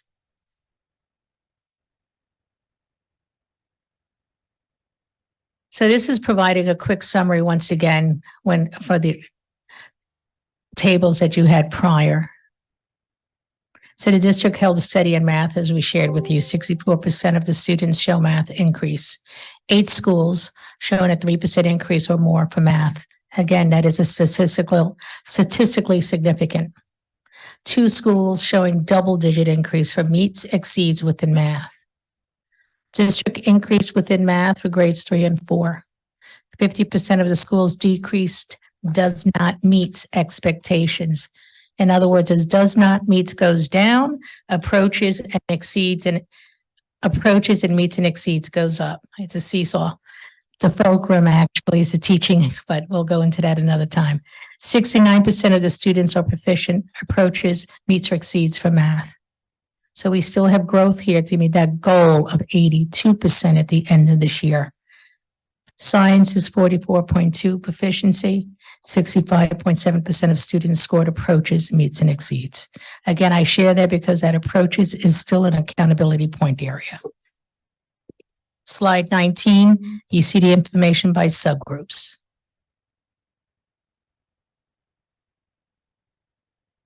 Again, this slide includes our students where we earn accountability points. I think it's important that we start thinking this way as a system because every point counts towards achievement. Slide 20 takes you for math. 21 shares for science. The one thing I think we've done that the state slid a little quicker than us, we were actually showing the good or our flat line and areas of improvement at one time. And I wanted to share that. So if we can go, thank you, and hold that slide a second, ma'am. So this is the video to build a little bit on our extended learning. It is put together by Chiefs for Change, and I want to just give you a quick background. Chiefs for Change represents a consortium of educational leaders from the Northeast to the Deep South, from the Midwest to the West Coast, through the non-continuous U.S.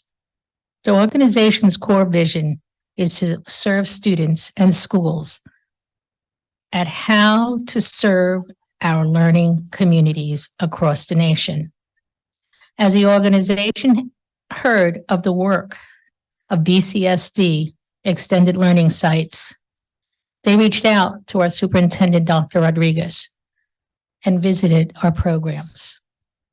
I want to leave you with a video that highlights the work being conducted at our extended community sites and share that this work has had an impact and will continue to have a positive impact upon our students and our community. Mrs. Cushenberry, please.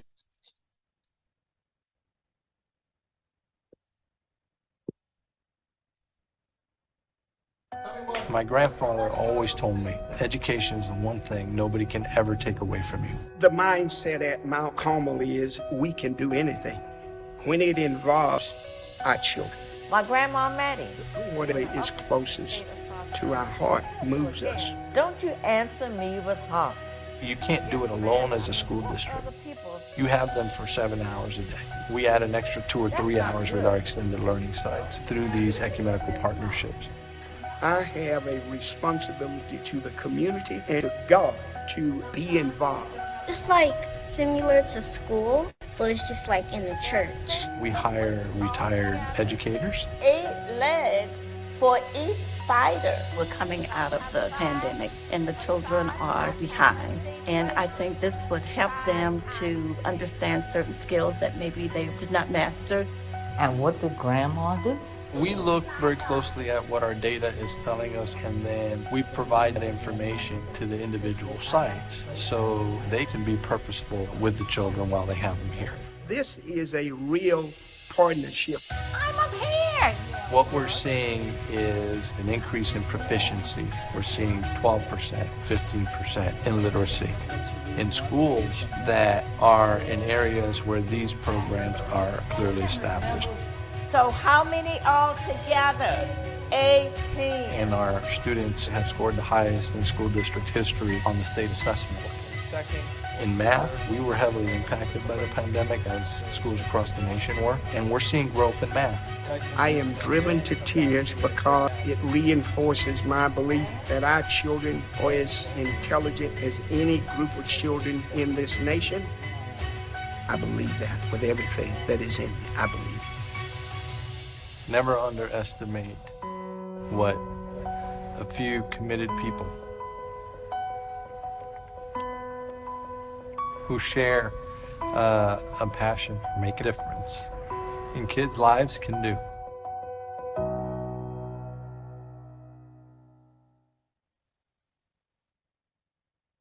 I'm with you. That will go national tomorrow through Cheese for Change.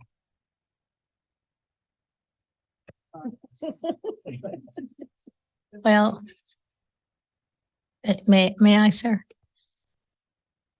The work that is done and the dedication to the students. Everybody wants to be an A. Everybody wants to have a ribbon. We know we still have work to do, but I do want you to walk away with recognizing that we are moving our students. I stood here in 2020 talking about diagnostic data. In 2021, I was like, oh my God, how are we going to do this? And no, I'm not where I want us to be. But when I look back, and that's why, yes, we will share data points to where Mr. Smith put forward, we've grown. And I'll leave it at that. And we can't do it alone. It is collective impact, and it is the work that we do together. So thank you.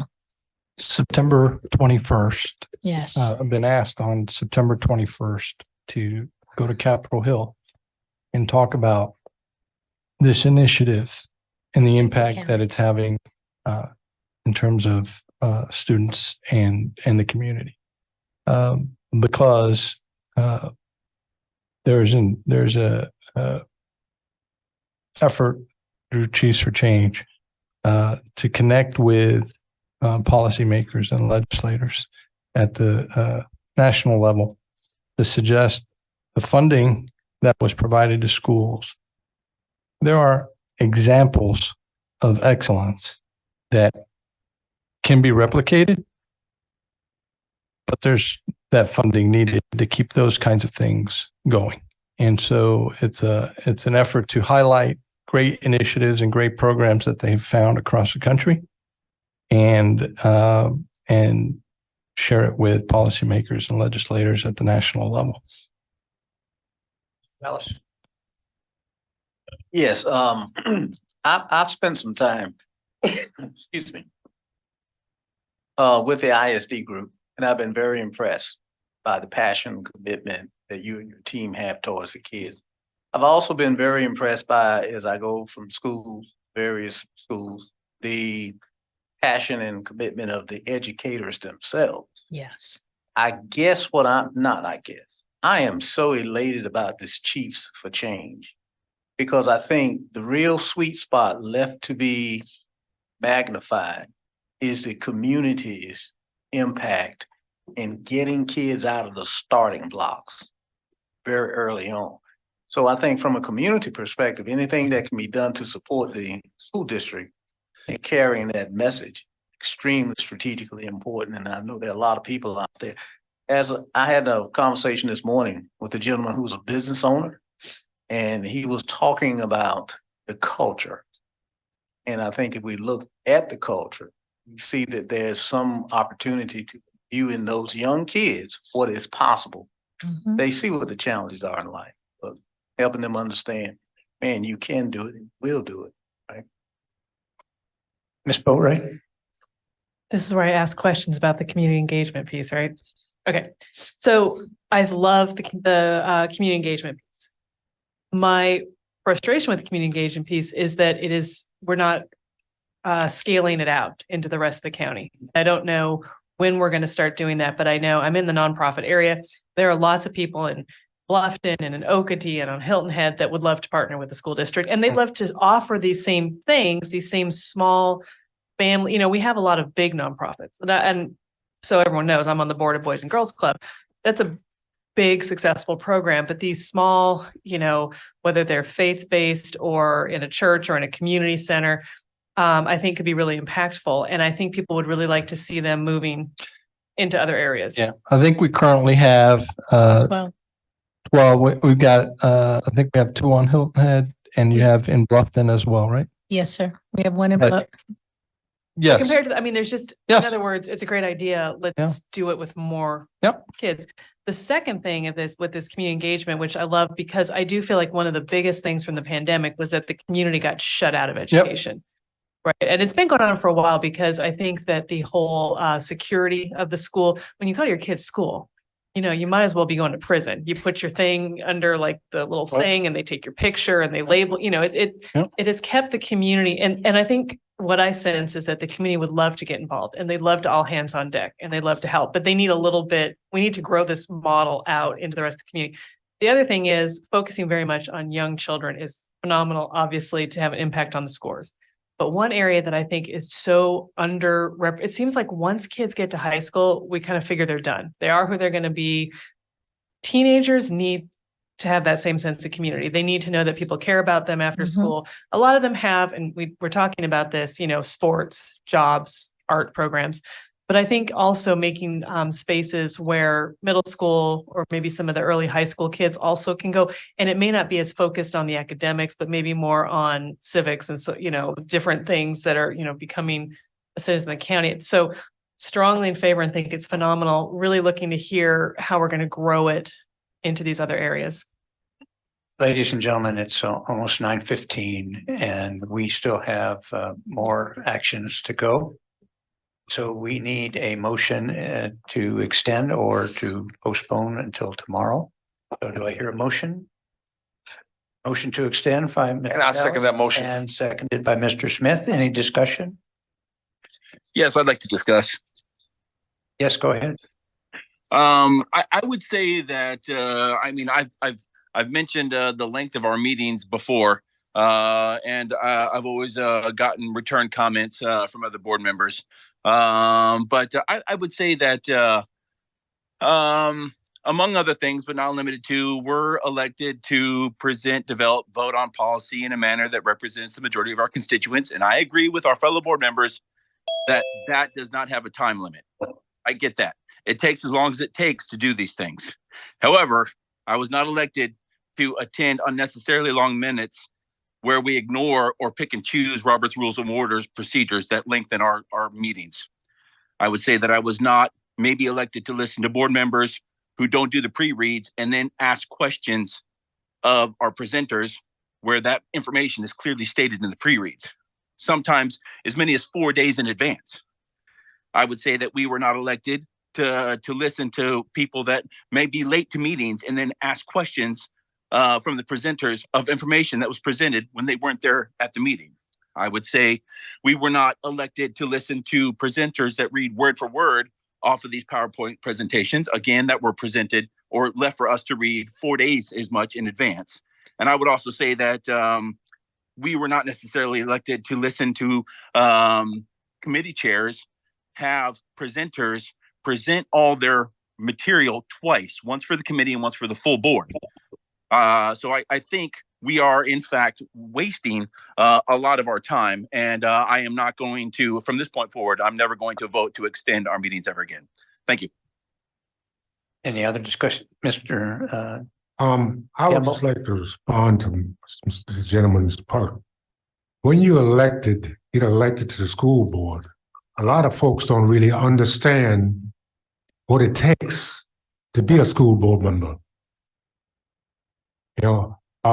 I'm here because I believe in children, and however long it takes, I don't have a problem with that. And I think that folks, when they run for the school board, they should understand that the people that elect you, that's what they elect you to do. Thank you.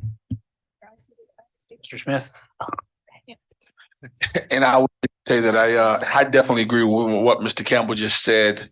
With Mr. Campbell being the oldest man here and having to drive, dang near just as far as anyone else. That unfortunately, and just for instance, just in terms of what was just said, this packet right here that we were just given, we just got this information. This is majority of our job. Our meeting tonight consists of a lot of our functions as board members. So maybe some of us just ain't cut out to be a board member. Sometimes, being a parent or not being a board member and other things, sometimes for some people it just don't work out, unfortunately. But this is what we signed up for, and this is the sacrifice we make. And I will continue to say that. I mean, just as an example of making sacrifices.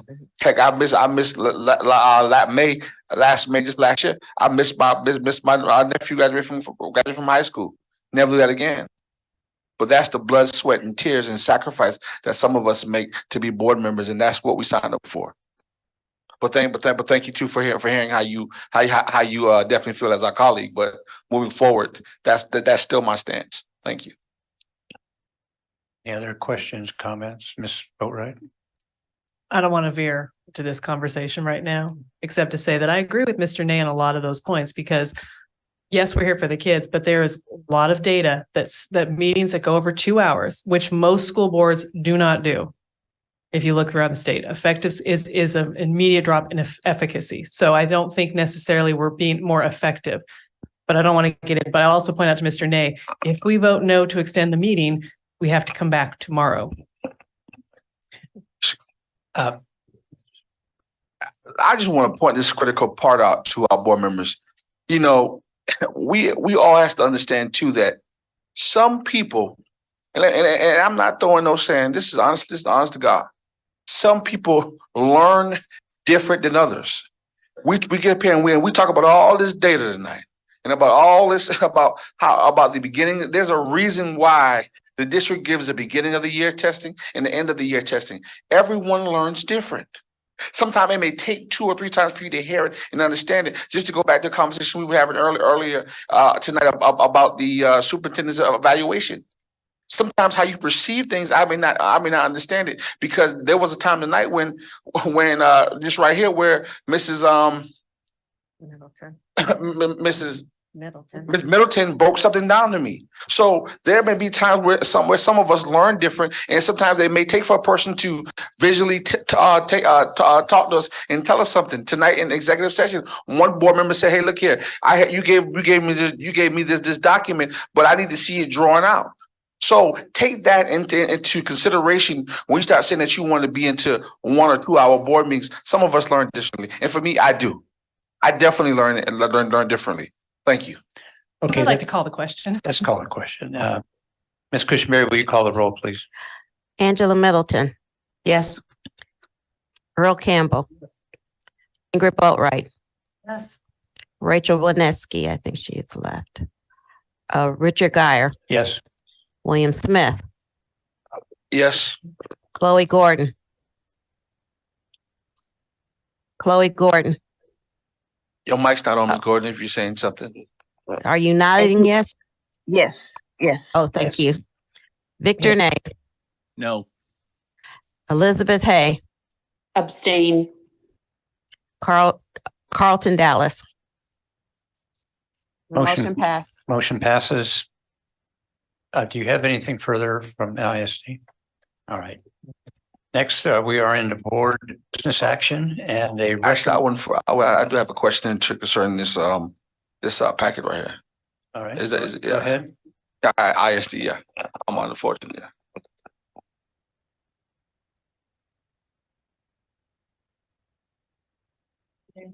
Oh, yes, ma'am. Also, and with the information that you've given us, I do hope that this is not going to be the last time that we go over this, because also I would like to understand the school rankings, where does this put us at in terms of our schools? And That'll be in October. Okay, right.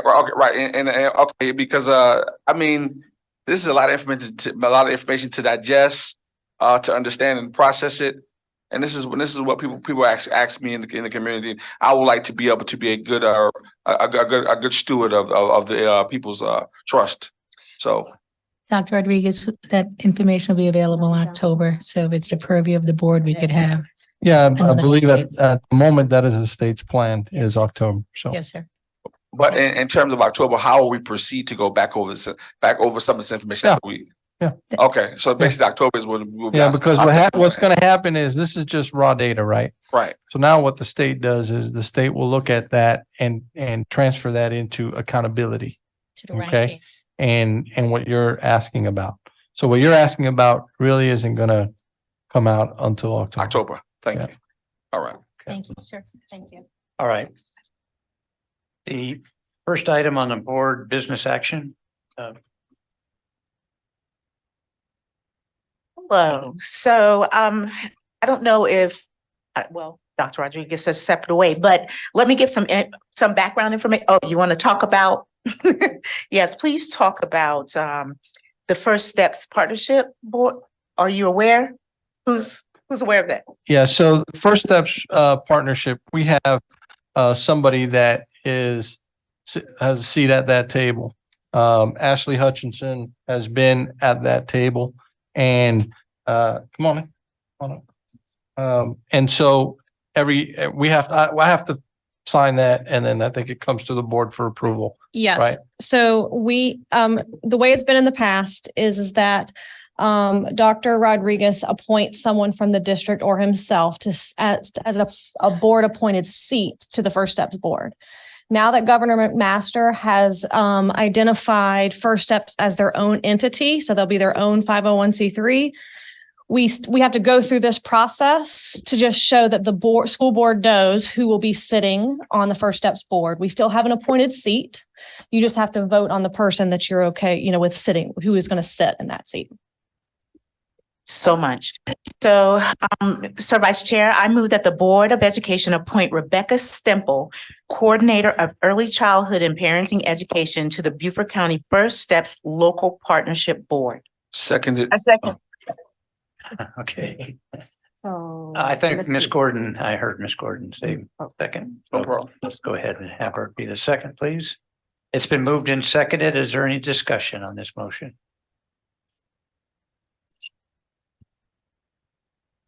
Hearing none. Ms. Cushenberry, will you call the roll? Angela Middleton, Yes. Earl Campbell, Ingrid Boatright, Rachel Wineski, I think it's gone. Richard Geyer, Yes. William Smith, Yes. Chloe Gordon, Yes. Victor Ney, Yes. Elizabeth Hay, Yes.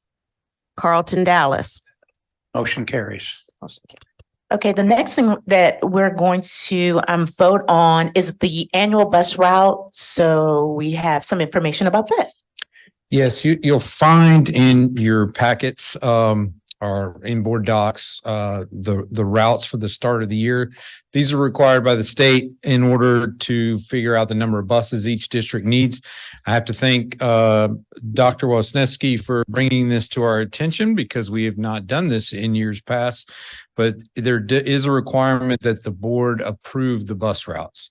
So with that, I'll take any questions you might have. And I believe the Director of Transportation, Ms. Mileto O'Brien, is on the line if I can't answer them. So, Any questions on bus routes? are they in the operations committee? Oh, They're up under. Actually, they don't need to board docs because it's such a large. I mean, it was like, It's large it was Yeah. a notebook. Take the paper. Yeah. And I have a motion. Sir Vice Chair, I move that the Board of Education approve the transportation routes. second by Mr. Dallas. Any discussion? Ms. Cushenberry, we call the roll, please. Angela Middleton, Yes. Earl Campbell, Ingrid Boatright, Richard Geyer, Yes. William Smith, Chloe Gordon, Yes. Victor Ney, Yes. Elizabeth Hay, Yes. Carlton Dallas. Motion carries. Motion carries. Next item. I have another motion. One of our high schools received a donation. Sir Vice Chair, I move that the Board of Education accept a donation from Charter One Realty in the amount of $5,000 to Bluffton High School for celebrating staff and students. Second from Mrs. Boatright. Any discussion? Hearing and seeing none. Ms. Cushenberry, will you call the roll?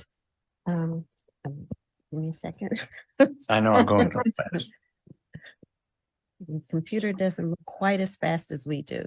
Angela Middleton, Yes. Earl Campbell, Ingrid Boatright, Richard Geyer, Yes. William Smith, Yes. Chloe Gordon, Yes. Victor Ney, Yes. Elizabeth Hay, Yes. Carlton Dallas.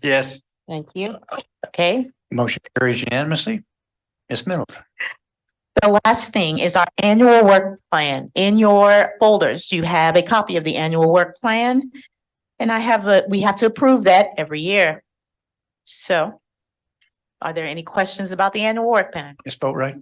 Yeah, I didn't look at it in advance because it wasn't in our computers. And so I'm not going to vote yes on it just because, I mean, it is a part of what we do and I haven't had a chance to look at it. You want to make a motion to table that? It's the Till same next from meeting? last year. I mean, it's the same for last year. There was no change. Okay, so it's just because we didn't really follow the last year plan either. So I guess it, Yes, we did. I thought we changed. I thought we changed it when our meeting. No, the only thing that was changed is Tanya Crosby. But everything else was the same from last year. And yes, we did follow the plan from last year. The other thing that was removed was the TSI priorities because we no longer have to do that. so we did OE 9 construction in May and we did OE 12 instructional program in July. And when are we doing the OE 5 financial planning, which is supposed to be in the September, I guess, is that next one? Yes. Okay. I feel like we haven't seen OEs in a while, but I didn't have a chance to go back and check, so. We haven't because there's a gap in there regarding OEs. And may I clarify? There is a gap due to reports coming out, correct? There's certain reports that come out during a certain time. That is why the calendar was adjusted. That's correct. When we went through an exercise in getting the OEs approved by the board and timing of things, and the board had made adjustments to some of the dates on those things. And then when it came back to staff, we connected it to the calendar of when certain things are available. And then we had to come back and request that it get adjusted to a different calendar for that reason. So some of the items on here are certainly specific to certain times. So, Sir Vice Chair, I move that the Board of Education approve the 2024 annual work plan. Seconded.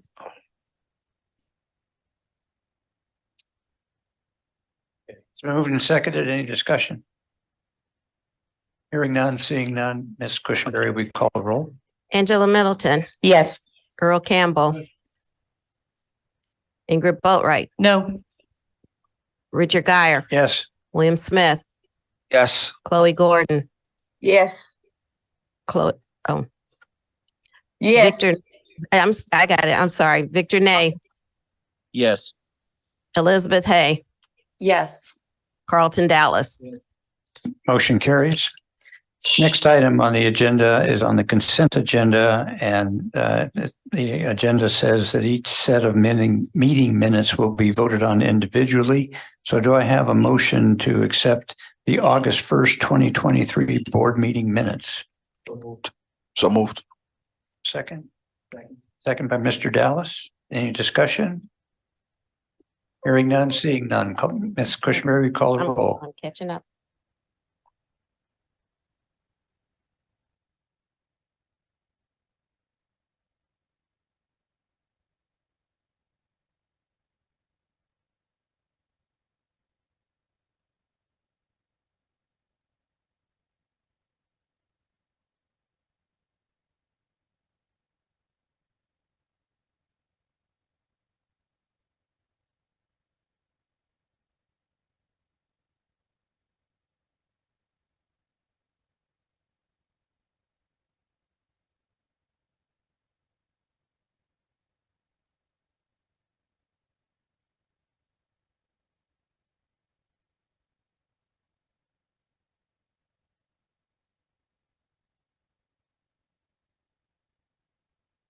Make sure we're transmitting, please.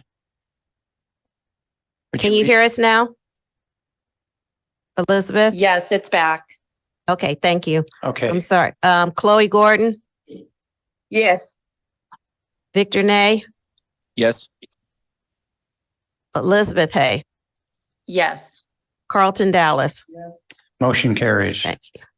Next item is the agenda. Do I have a motion to approve the agenda of the August 25th, 2023 work session minutes? So moved. So approved. Moved and seconded. Any discussion? Ready? Hold on. Call the roll when you're ready. Okay. Angela Middleton, Yes. Earl Campbell, Ingrid Boatright, Richard Geyer. Yes. William Smith, Yes. Chloe Gordon, Yes. Victor Ney, Yes. Elizabeth Hay, Yes. Carlton Dallas. Yes. Motion carries. Next item, future agenda topics. Mr. Smith. Yes, tonight, when we went over the community engagement plan, I was looking for the how much the cost of it, and how much it actually is cost the district as in a total, all over, I mean, as a whole, and within its entirety. So I'm still waiting, I'll still be waiting for that. And as well as also, I would like to understand how much we're paying in legal representation fees as a district as a whole as well, Okay. and what that looks like. All right. Finance Committee will put that and bring it to the full board. Thank you. Okay. Any other future agenda topics? Hearing none. Announcements. Do we have any announcements? Hearing none, seeing none. Second public comments. We didn't get any second public comments come in, correct? So the next item of agenda is adjournment. Is there any objection to adjournment? By unanimous consent, we are adjourned. Thank you. Thank you. Thank you.